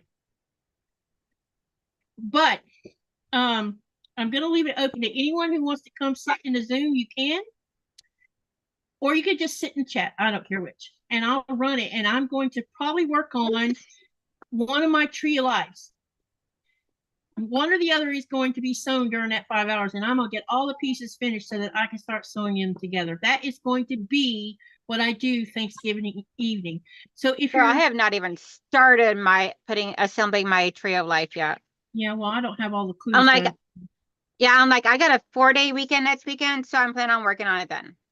Yeah, so I thought I would do that. So you are well, if you want to join me on the Zoom to sew or to jabber, whichever, I don't care. Come help me out and keep the channel going.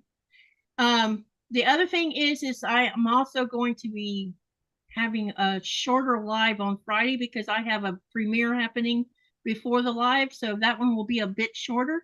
And Jess is going to come and sew with me on that on Friday. So awesome. So yeah, as far as Thursday goes, I don't know what I'm doing yet because my youngest son is coming over to spend some time with us, but he won't be able to be here long. And I don't know how long my family is going to allow me to be in my room that day, being Thanksgiving. Oh, so someone just asked what tree of life is. So yeah, there we go. Can of worms. Okay, so for those who doesn't, I'll start it at 4 p.m. Eastern Standard Time, and it will finish at, which is 7 my time. So I thought I would go to either midnight or 1 a.m. my time. So you can drop in anytime during that time frame. After 4 p.m., it'll start at 4 p.m. Eastern Standard Time, which is 3 p.m. Central Standard Time, 2 p.m. Central Mountain Time, and 1 p.m. Pacific Time. And to answer Kathleen's question, Yep. Let I'm me- actually in Michigan, just north of Detroit. Oh, nice. So the company Cotton Cuts has what's called a puzzle mystery quilt along that lasts about 10 months. And every month you get a clue that you sew. And we just, the Tree of Life just finished in what, a month and a half ago? Something like that? The grand reveal was November 1st. Yeah. No. So, we're yeah. working- Oh, we're not.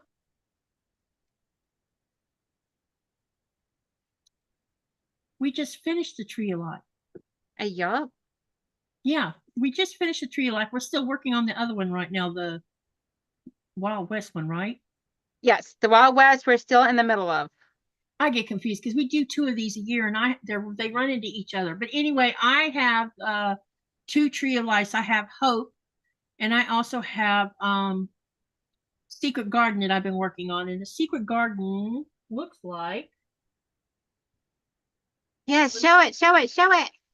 Let me find the color card because it should be over here where I'm working at. It better be, or I'm in trouble. Yeah, and I'll be revealing mine once I get it put together over on my channel. I just haven't had the chance to work on it yet. I plan on working on it next weekend. Yeah, I need to get off my behind and get it going. You know, I need to finish it instead of having. I got as far as getting Clue 10, which is the part that sends you out the borders and everything, as well as how to put it together. I got as far as receiving that in the mail and putting it in my box.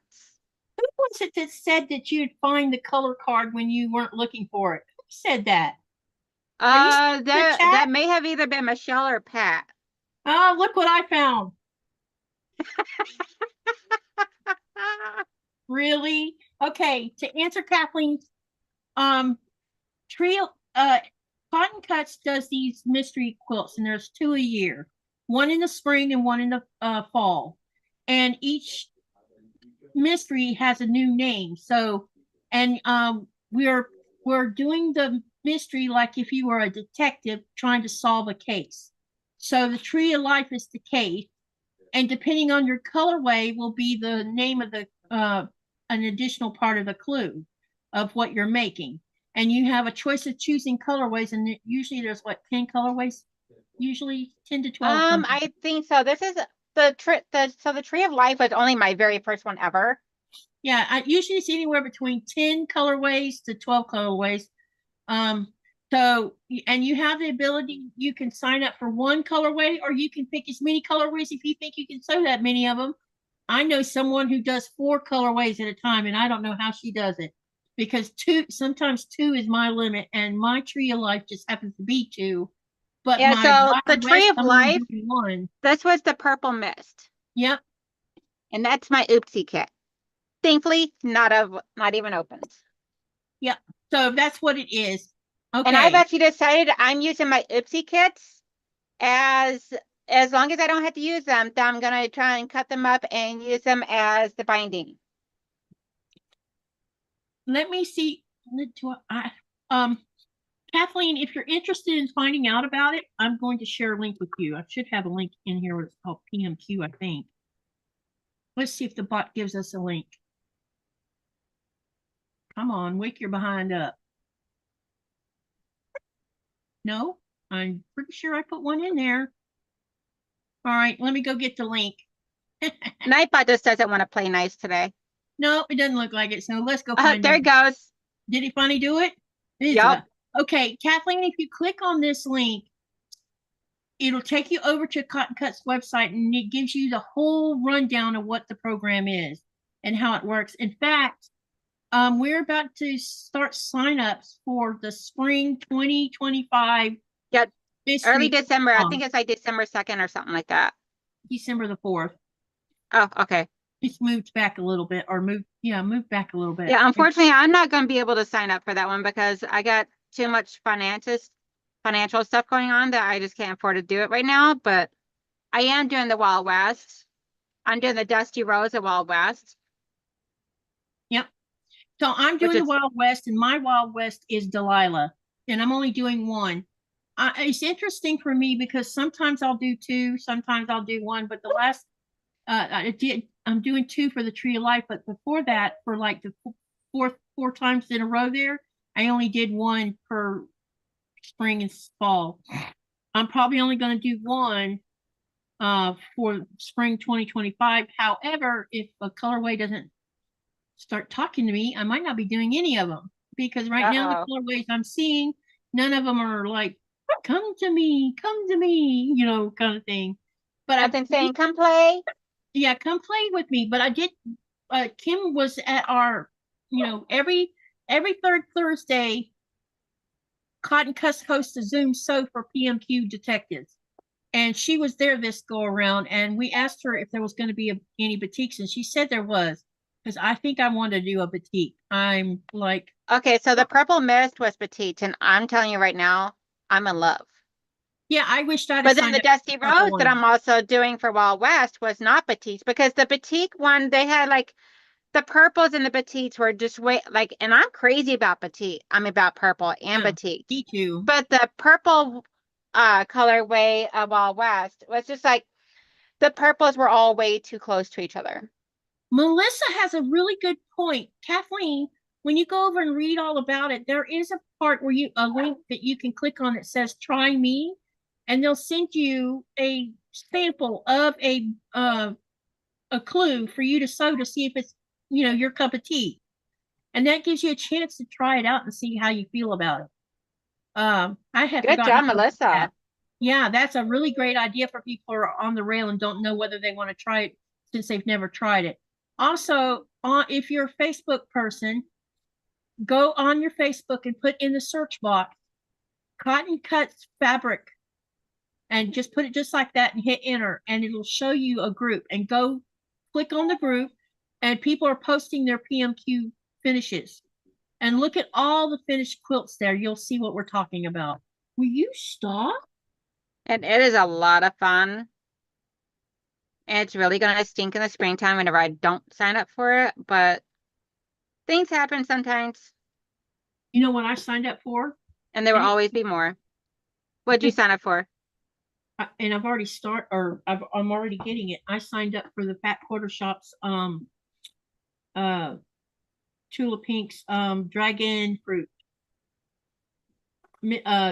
monthly sew along, because I'm gonna make. There's like one main reason why I cannot sign up for doing 2 PMQs again. Yeah, that's why I'm only gonna do 1. And it's kind of because I kind of got wrapped up into the Art East Winnie the Pooh kit. Oh, so that's what you're doing. So you and Sean are doing them. Anyone else doing them that we know about? Yeah, I still got to do the hand embroidery onto this one here, and then I still got to cut up the fabrics for a piglet, because of course I decided I'm doing all that on my own fabrics as well, because I'm really digging this whole thing and doing stuff on my own fabrics. I love doing that and getting like a completely different take on things. I forgot to show you guys something. Hang on a minute. But yeah, Sean is actually the one that got me hooked onto it. I'm not a Winnie the Pooh person, so that just doesn't do it for me. But see, I grew up on Winnie the Pooh, and it just brings back some happy memories for me. So Eeyore was just too sad for me in my sad life, you know? Yeah, well, it's like I had actually heard someone point out before that each character of Winnie the Pooh, including Winnie the Pooh, oh, it's so adorable. So did Nikolai just finish that? No, this is a 2019 edition, believe it or not, because I'm about to show you the gingerbread house. What I didn't realize is every year they do this little miniature thing. So look at this. So adorable. Look at this miniature gingerbread house. Oh. And it has the date on it. It says 2019 on it, which means every year they're doing something like this. Yup. If they got it dated, then that means they are definitely doing something. Yeah, every year. Yeah, exactly. Which means they'll be retired, and then you know what happens when things get retired. Which also means that there'll be collectibles too. Exactly. That's why I said that. All right, let me look and see what time it is now. Ah, we're 10 minutes away. Yep. Pat says they're adorable. Me too. Melissa says she loves poo. And Melissa Yeah, says I she's think starting. I think she's doing it as well. I know there's a couple of members on my channel that are doing it. She says she's starting on an Art East. Is that what you're working on? Yeah, that's what Winnie the Pooh is. See, Okay. we just got the gingerbread ornaments. Awesome. Oh, cool. What's the gingerbread ornaments look like? I Are they don't really Legos or know. something else you're talking about? I honestly had no idea. I definitely, I'm hoping we'll be able to find some Christmas stuff still left over when we go in January to Denmark. So I got a whole nother block completed today. Wow, you're coming along with that. Yeah, they actually come together quite quickly and everything once you have the fabrics all figured out. Look who else is doing Winnie the Pooh. Candace is. Oh, awesome sauce. Melissa says Lego. Okay, I'll be looking for that. Uh-oh. Gingerbread ornaments. Uh-oh, we're in trouble now. Especially you over there with Nikolai around. Yep, yep. Yeah, because I have some stuff that's actually mine. I have a whole bunch of flowers that are Lego flowers and a bonsai made Yeah, from Lego. so this is the block I worked on yesterday over on Donna's. I got all the pieces done up, and then while you were on my live this morning, I put that together. And then this is what I did today on your live here, this block here. So I got Sweet. 2 more blocks to go, and then I'll have the second row completed, and I can add those 2 together. Okay. All right. Before I forget to do it like I did last time, I did a poll last time and then we didn't get to do the results. So the Oopsies. poll was, what is your go-to thread color for piecing and sewing? And I put down color that matches fabric, white and off-white or cream, dove, which is the pale gray, or variegated. So here's the final percentages. 15% of the group or chatters chose color that matches fabric. 50% chose white, off-white, and cream. 33% chose dove, the pale gray, and 2% chose the variegated. So there you are. There's the final percentages of people's go-to thread colors. What's your go-to color, Donnell? Lately I had to say like a cream color. Here, let me pull it out and show you. So I gotta tear this all down tonight anyway, because tomorrow on my live stream is my hand quilting. So, but this is my go-to lately. Unless what I'm doing is like a black or extremely dark colors, and I have black. I also use white. But I love like these big serger spools. Yep. And this is my go-to. And I don't buy like the little spools of thread or anything like that. Yep, I have a bunch of those. I buy them off of Amazon, and I just buy whatever the cheapest is. I'm My hoping machine's not picky, so neither am I. Yep. I'm hoping Missouri Star will have these on sale again in December like they did last year so I can buy another one. I just go on Amazon and buy a big bundle of them because I can get like the white and black in a 4-packs. I cannot buy from Amazon though. I keep forgetting you're in Greenland. You can't do that. I am hindered by that because of the European Union and their BS. I'm so sorry. Well, it's because Greenland will not allow, Greenland's not a European Union because European Union wanted the Greenlanders to give up their rights give up all the fishing rights. And when that got said, they're like, no, we're not. Are you crazy? You can't give up the rights of what your main trade is. Yeah, you're not going to take away my resources and exploit them and leave us with nothing. And, so that's why we're not your EU, and that's why some stuff can't get. But I did have to buy a stand because I don't have whatever needs to be on the inside of that. Yeah. I bought one of these from Fat Quarter Shop. Awesome. Yeah, I have one here. This is what I use. You don't have, I was hoping that you could figure out because this is still going to move around a little bit, looks like. Mine still does move around, but it doesn't bother me, so. I wonder it doesn't do it enough to where it bothers me or anything, so. I thought about maybe crocheting a small dolly, small one, and put it down and then thread on top of it. Maybe a toilet paper roll? That could work too. But if you have something where the spool itself is not moving at all and the thread's just going off like it does on top of here, that probably would be okay. The only problem that I could see with that is maybe causing a snag. If it gets hung up on something, then it could cause a snag and cause a thread to break. Kathleen says she uses a tip of a fishing pole. Oh, that's interesting. Oh, wow. Are you talking about like a cane pole or a what you have? Maybe the tip that's on the end of a reel that has the little hook on it. That's interesting. So Kathleen, I use serger thread for the most part, which is, I believe, is cotton thread. Okay. On a wooded stand. I would love to see a picture of that. If you're not a member of my Greenland Quilter group, go over and sign up on my Facebook group and show us a picture of what you use for yours. I would love to see what you come up with because it sounds like a cool idea. Yeah, I know, it's always so funny to see how crafty us quilters can all get and everything and share ideas. Yeah, and how good of an engineer we are on creating a way to get around things without spending a ton of money. You know what I mean? Yeah, I usually whenever, see, for me personally, my husband and son had 3D printer machines. So I'm usually like, okay, I got this type of trouble. This is something that I would like to try to figure out a workaround or something to resolve this issue. Can you come up with a 3D print that you could do for me to make my life a little bit simpler? Hang on a minute, Kathleen. I'll get you the link. I need to look on my bot because I know it's there. It was like showing. I love pen holders, and I have a tons of stick pins around. So, and my husband knows how much I love dragons.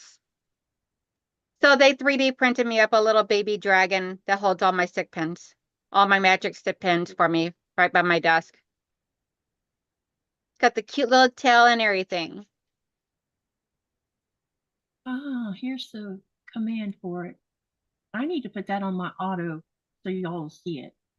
Okay, here's the link. I'm going to use my little exclamation command and now give it just a second and it should share the link. And then all you have to do is popped. Okay, the command just popped in there, so link should pop up in there just a moment. If not, yep, there it goes. There it goes.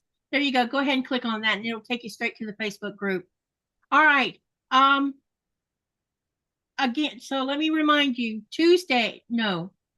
tomorrow at 4 p.m. Eastern Standard Time is a premiere for Emily of Terribly Rad Quilting. Because I interviewed her, so that will be going live. And if our premiere, so if you're in the middle of watching someone else on a live, you can go back and just watch the premiere later if you want to. Hopefully, what time is that tomorrow? Tomorrow at 4 p.m. Eastern Standard Time. Okay. She should be in the chat with me. I'm hoping so. I had one yesterday premiere and she didn't show up, so I don't know what happened, and I haven't heard from her. Okay. Did the link work okay? Hey, Jody.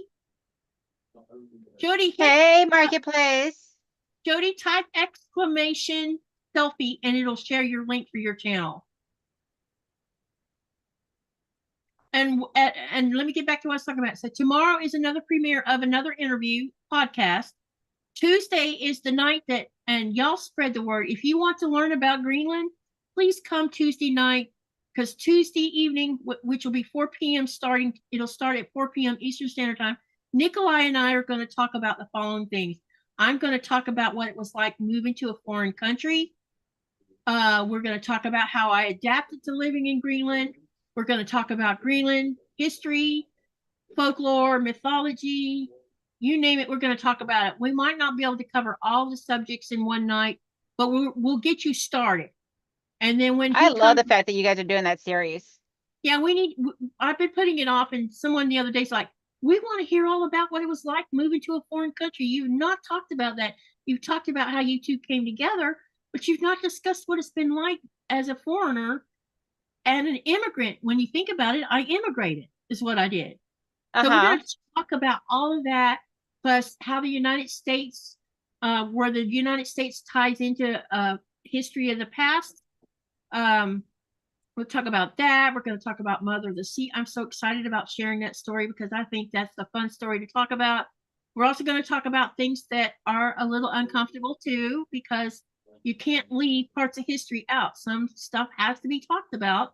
And so there might be a couple of times where it might make people uncomfortable, but it's part of what happens when you have indigenous living on land and it's colonized. So Well, there's not a only lot. that, but people's history is is what makes the person that is today.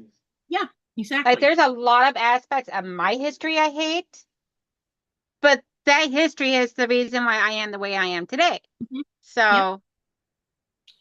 So, I don't know how much of the subject we'll get through. So, me and him's going to sit and determine how long I think it'll talk. How long this will be our first episode. So bear with us because we're going to be winging it till we figure it out. And once we figure out how we're going to talk about everything as we're talking about it, it'll be more organized on the second go around. And the second go around will not happen until Nikolai comes back from the sea. And then we'll figure out, Melissa nailed it. She says history needs to be talked about, not erased. definitely. Amen. I agree with you. Yeah, we don't have to agree with the history, but we need to know about it and learn about it so that where there like any mistakes that were made in history cannot be repeated. So it's not repeated, exactly. And let me ask everybody a question. How many of you, when you were in high school, when we were all being taught about World War II and about communism and all the stuff that was revolved around all of it, how many of you ever heard about Greenland being in the protection of the United States during World War II history lesson? I didn't. Katie, until I met you, I never knew much of anything about Greenland other than it was another country. That's all I knew. So some stuff was left out that was actually should have been talked about, because the reason Greenland was in protection is because the Nazis were had occupied Denmark, and Denmark had no way of protecting Greenland. And there was two other countries that was about to zero in and snap land grab is what they call it these days. And if the United States hadn't heard about all the I don't know how you get communication, but they have people who decipher what's being talked about in the background that you don't hear every day from coming off someone's mouth. That's how the military keeps up with all this stuff. So there was chit chat about China, and one other country wanted to go land grab this country. And when the United States heard about it, they contacted the royal family and said, "Hey, this is going to happen if somebody doesn't step up and put Greenland in its protection. Would you mind if we did?" And they did. And that kept Greenland from ending up in China's hands. Okay, well, say some of that history for the show. Yeah, I'm only giving you the short of it, just the short of it. So, Pat says I didn't, and that was back in the 60s. Yeah, I mean this happened in 1941. So come on, and I never heard about it. And I'll be the first one to admit that civics classes and history classes bored me to tears. And that was my nap time. I'm not gonna lie. That's when I took naps. I barely. The only reason why I even passed history classes is because I did the extra credit and the big huge project. Yeah, see? And essays, because I'm like, I did the work at home. I just slept during class every day. I slept through it because it was boring. And then when we had U.S. history, we had a really great teacher, and I slept through probably 75% of the class. But when he hit World War II, he was showing films. He was making it interesting, and we all had to do book reports and essays about communism versus Americanism, and you had all this stuff going on that we all were doing, and it was interesting through that part. So I didn't sleep through that part, but the rest of it I did. So both classes I barely passed. And then when I got in college, you have to have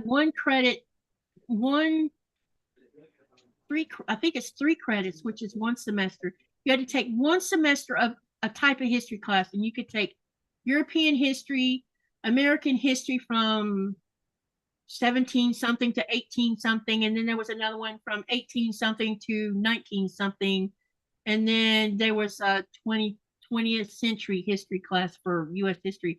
I signed up for the one that was from 1700 to 1800 and something. I don't remember the exact date of that class. And I thought that I was going to be bored, but I think sometimes maturity kicks in and you find and you have the right. I think it could kind of, also be based upon the teacher too. yeah, I was going to say Because that every teacher has a different method of how they get the information out to you. Some exactly. can come off as like blah, blah, blah, Yes, blah, like blah. they're just spitting out Very information and not monotone and everything, and Yeah. no excitement to it and everything. yeah, not making it interesting. And this teacher, he Yes. was making it interesting, and I'm like, wow, I didn't know that. Yeah, there was So- only one history class I ever stayed awake during, and that's because the teacher was hot. Yeah. Oh, busted. I had a math Hey, teacher. it's the only teacher I still remember the name too as well.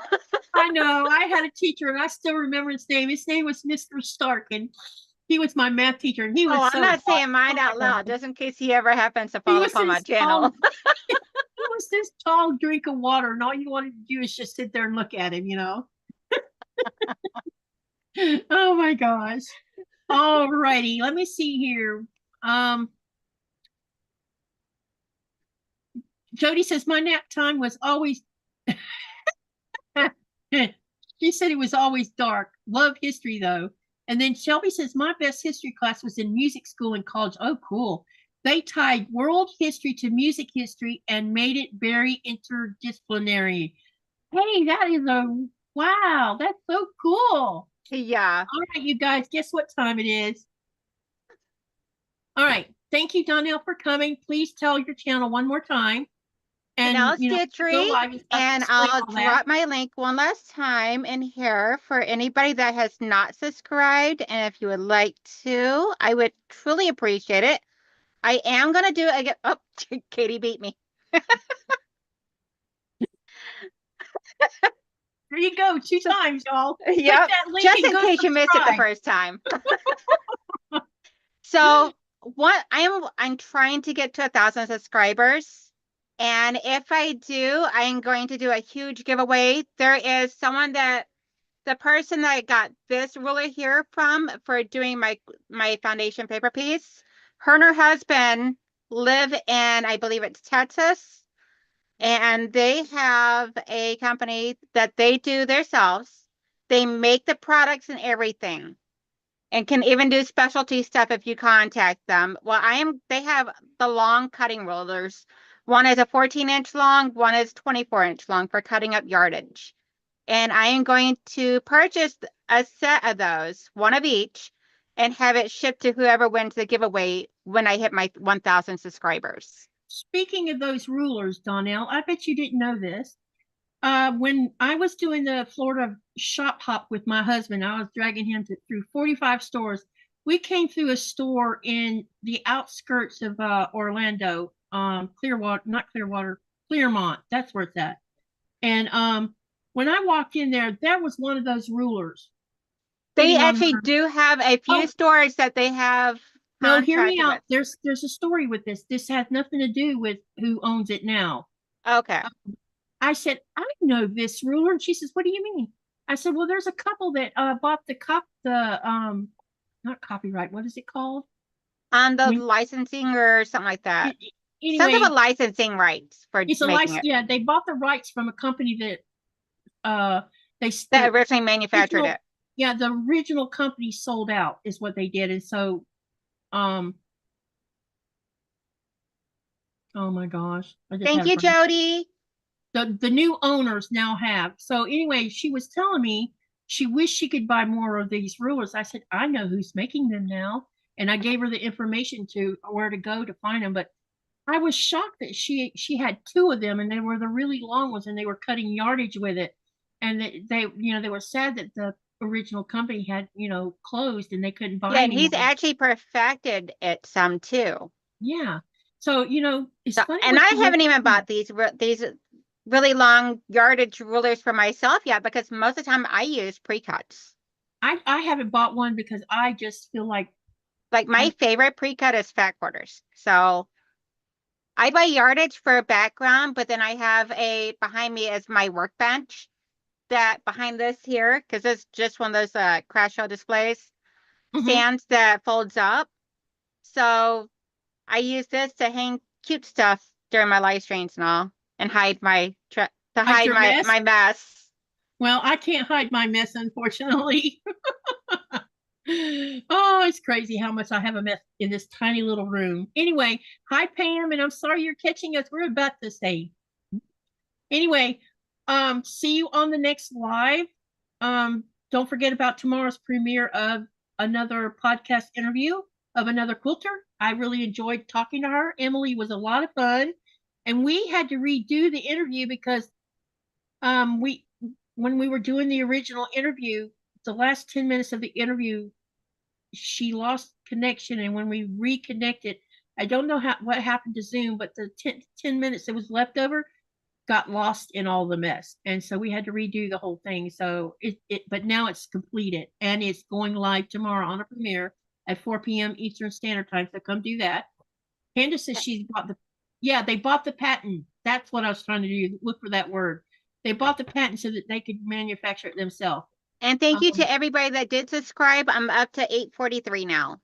Yeah, Jody, subscribe. And if whoever's watching this on the replay or has not subscribed yet, if I get to 850 by my live stream tomorrow morning, I'll do a giveaway for some items I make. Yeah, you hear that? More freebies. So make sure that's just 7 more that I need to do a giveaway tomorrow. Yep. So share her channel and get the word out. She's trying to get to where she's getting. So thank you. Yep.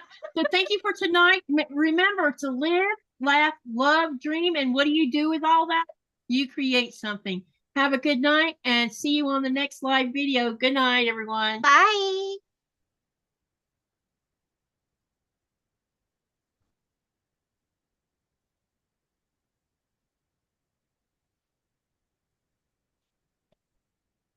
Okay.